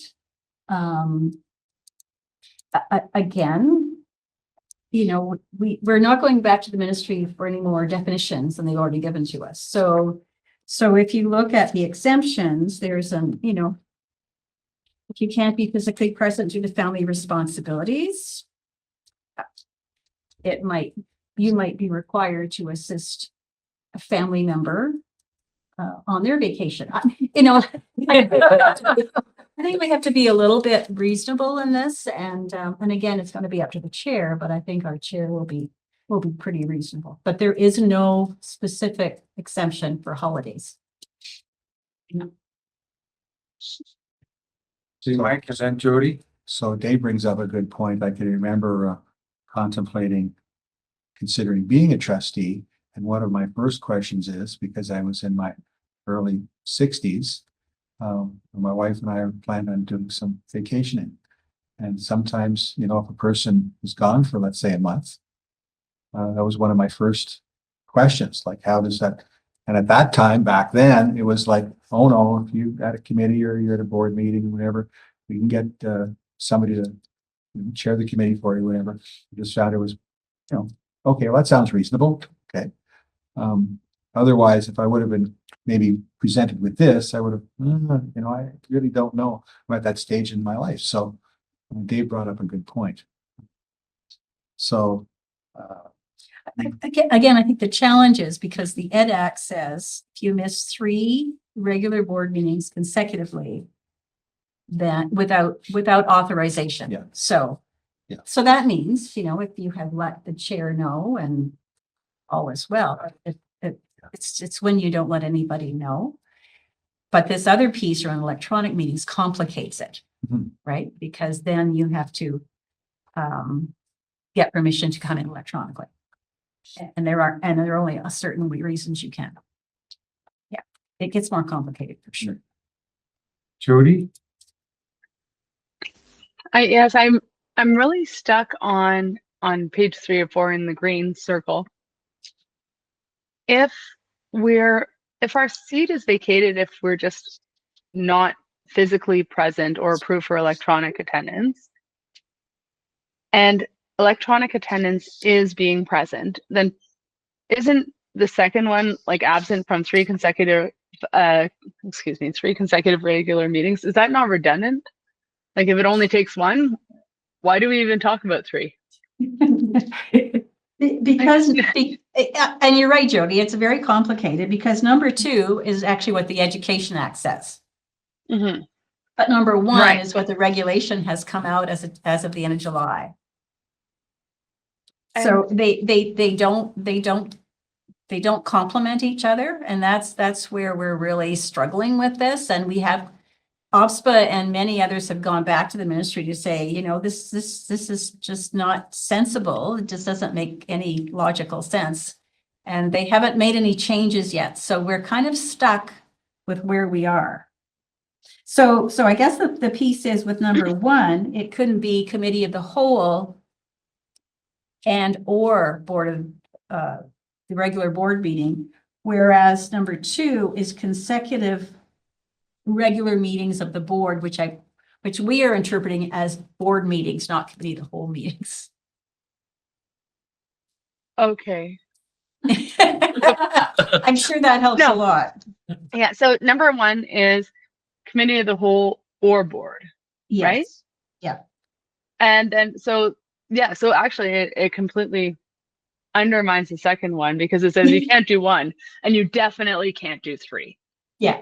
You That's know, right. like so it seems like a plain reading of it. Like, did you say that for this document there have been lawyers who've been reviewing this? Because it doesn't really pass legislative analysis. Like it doesn't make sense.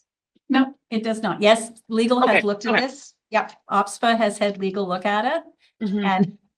And it doesn't make sense because one, you just don't connect. Okay. And so I understand what will happen in September if I don't have a babysitter for Penelope or my trial runs late. I don't have the choice to not be here. I don't have the choice to not or to be absent. I only have the choice to appear electronically. So if I'm in trial, I should also be having the board meeting on my electronic device beside me. Well, I think for your board meeting, you're okay. It's the committee of the whole that's actually more of an issue. Or the committee of the whole, like in any case, if there's a meeting that if we have to attend every single meeting and being sick isn't an excuse to not attend electronically, are they just mandating that we attend physically or electronically to every meeting? And if we do if we want to go electronically, of course we have to get the approval. So we have to attend every meeting without fail. They would like you to attend every meeting in person. Yes.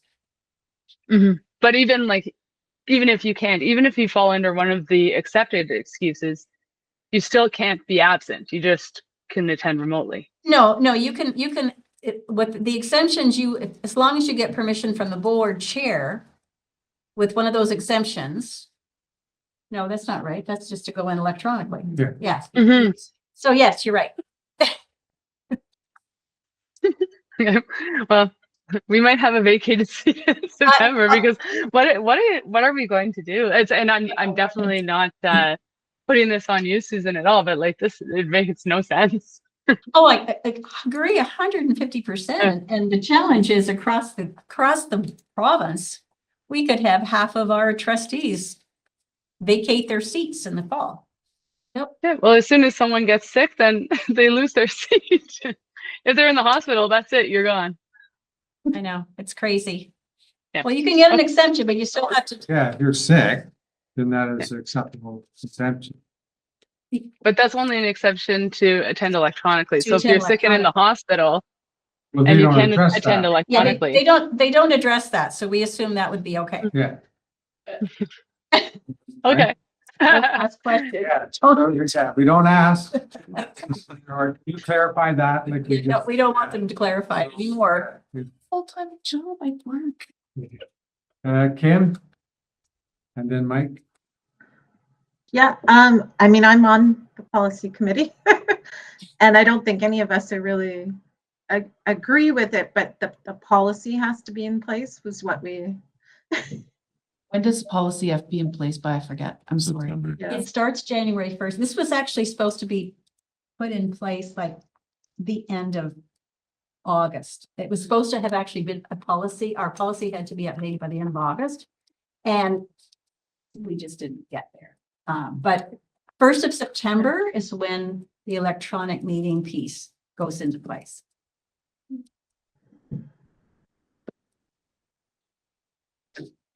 I think.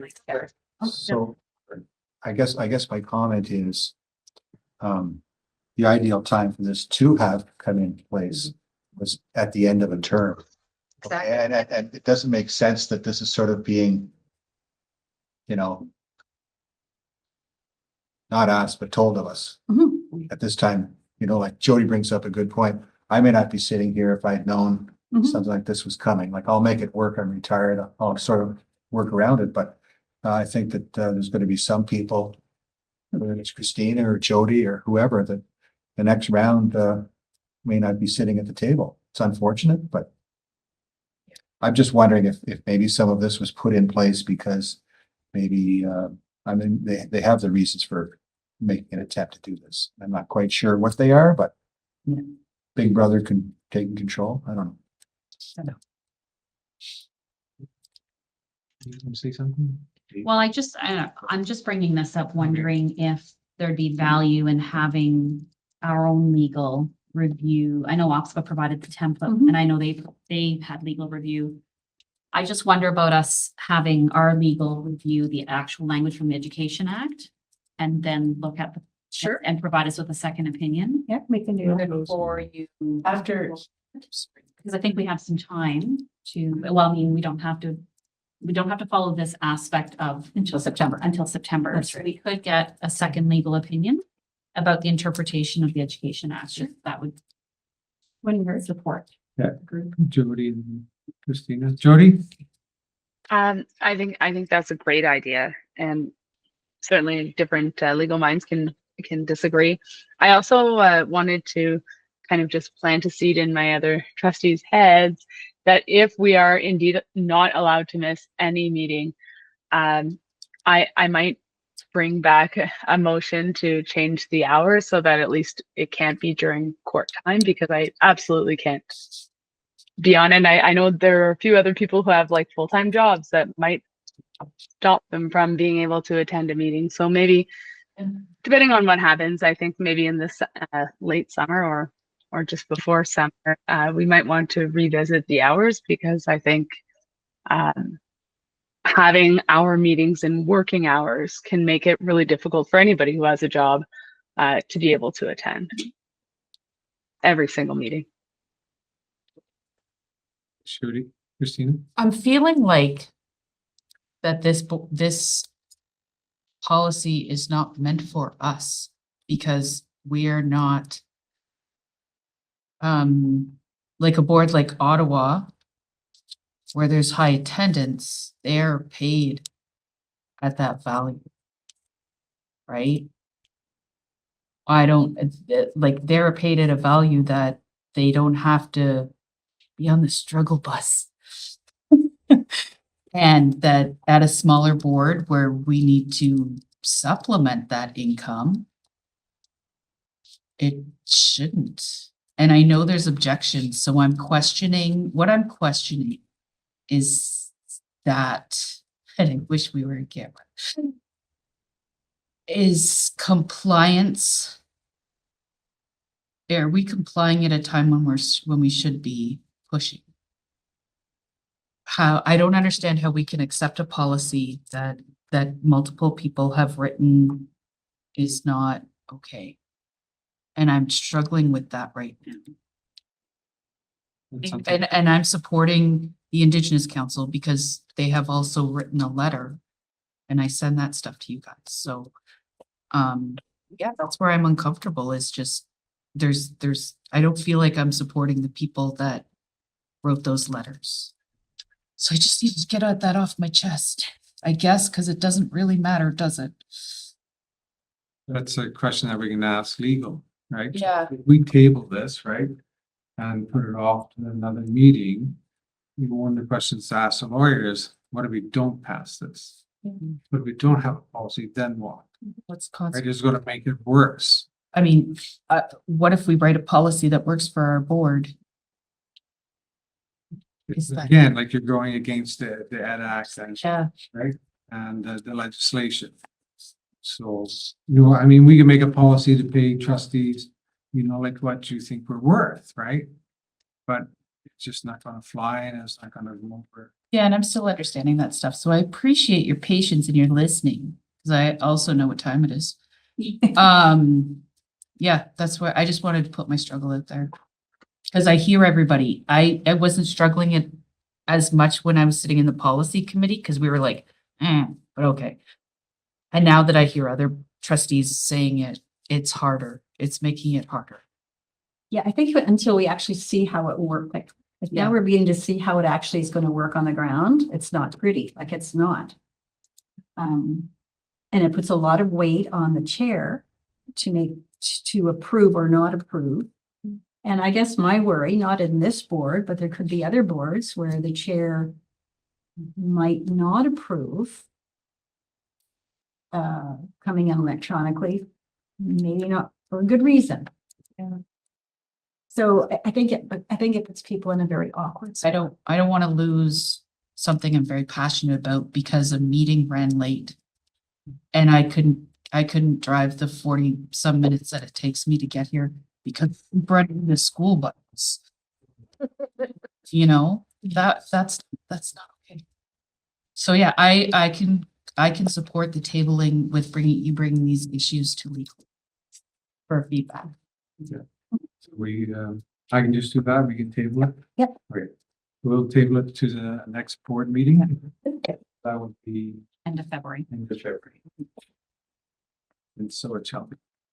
And Yes. perhaps we could go in, if you're seeking legal counsel, we could go into close at that meeting and legal could speak to you directly as well. Potentially, if you would like that, rather than getting my interpretation. But we can certainly Yeah. let them know, our questions and concerns. Absolutely. Yes, in That's advance, fine, yeah. and then come into closed. Yeah. Thank you. Okay. Great. Thank you very much. And I did want to say thank you to the policy committee for putting this forward. Of course, like my criticisms have nothing to do with the policy committee. It looks like you guys have done a great job with garbage. Thanks, Jody. No, we appreciate that. And it's not something we particularly wanted to bring to the table, but unfortunately, we had to do both the code of conduct and this one. And you might have noticed one of the sanctions in the code of conduct, just as for interest, with regard to code of conduct, one of the sanctions is they would remove 25% of your honorarium. Possibility. So 25% of not much isn't much, so it's okay. It just seems ridiculous, that's all. Yeah. But also one of the sanctions too is, just prevent you from coming to a For meeting. the meetings, yep. But that's an okay exemption, right? So if you do something untoward at Jody until the, that's whatever it is, the month or two that you think, you need to do it. Just have a code of conduct. Yeah, just have a code of conduct. That's what I did in grade 7. Just missed all the classes I didn't like in the hallway. Okay. Just hypothetically, just saying, right? Yeah. Right. Oh, dear. Okay. I thought that's how that would go. Yeah. Yeah, it just didn't make sense. The next on the agenda is a student center meeting. Hey, your report. Critical mess this year, but so Director Nemi and Principal Pop spoke to the group about priority days, answered some thoughtful questions. Director Nemi and Principal Pop explained that our priority days follow the commitments to make all students, staff, families, and our community a safe place. There was also a discussion was held about prizes, scholarships, and awards and bursaries with a focus on Renfrew County medallions. They told us what it cost for the medallions. I'm just trying to remember. If it was 35,000. 15,000. And so the students gave some feedback, and the students feel that the recognition is important and valuable, but perhaps it doesn't have to be a physical medallion. The students are also wondering if the award could be considered to involve extracurricular activities such as clubs, school spirit, and related events. It was mentioned that some schools do recognize those kids with a school letter. Overall, they feel the criteria for this award is fair. Reese and Sydney spoke about the student trustee elections that will be coming up in April. They hope to raise some awareness of what the Student Senate is all about for potential people that want to be involved. And the meeting ended with a brief open forum where students discussed the exciting events that are happening in school. Hey, Dave, and you move the receipt of this report? Yes? Yes. Sorry. All right, awesome. Seconder for, thanks, Mike, all in favor? And that's that.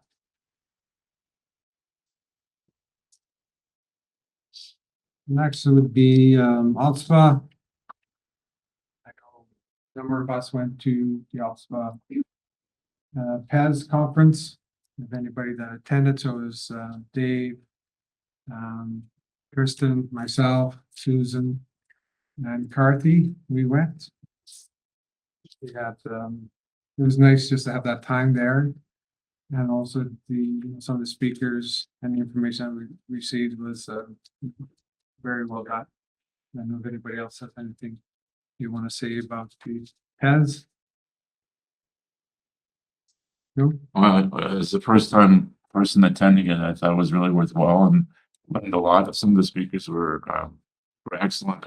Our opening speaker from First Nations, I thought was amazing as far as the information presented to us. And it sort of gave us challenges to try to figure ways of communicating some of the information back to our system. Many of the presentations they were very focused on making us aware of things that I was still learning about. So I appreciate the opportunity to go. Maybe.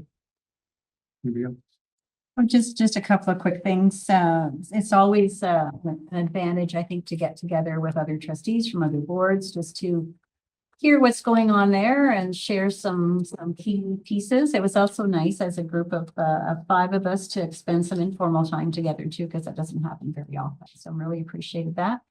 And I think we had a pretty good regional meeting, which I was pleased with. We had 5 boards from the Eastern region together, and 22 or 23 trustees had some good interaction there as well. So yeah, time really well spent, and I certainly would encourage all trustees to attend the Public Education Symposium next year. That's always on an annual basis, so hopefully you'll sign up for next year. Thank you. Pass the compliment to Susan for chairing that regional meeting. They did awesome jobs. All right. Thank you, everybody. The next is a chair's report. So I again welcome everybody to the beginning of a new year. I started the year by going to PES, which was held in Toronto last week.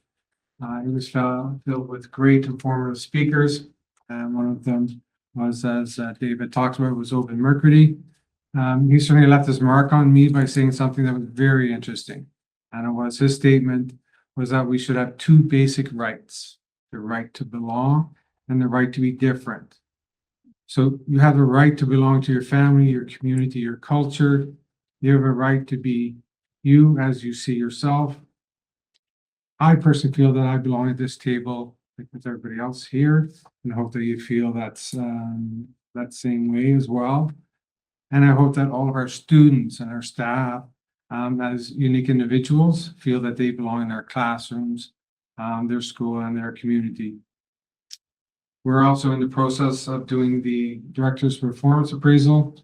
We've hired a company, OESC, to help with this. The DPA committee is meeting tomorrow to go over the information that needs to be submitted to OESC so they can compile a survey and send it out to the various stakeholders. At roughly the same time, we're doing this little kind of tiny thing called the community meetings to help with our new strategic plan. Right, so that's to help guide us with our vision and mission over the next 4 years. And that's just the first month of this year, right? So I look forward to the adventures that are coming our way. The student trustee report is next, but I'm going to get that report. I don't have any correspondence or any other business. The thing we have is just a personal matter to attend to. So we'll go into closed session for that, and that'll just be the trustees and the director. I need a seconder for that. Thank you, Susan. All in favor? Thank you.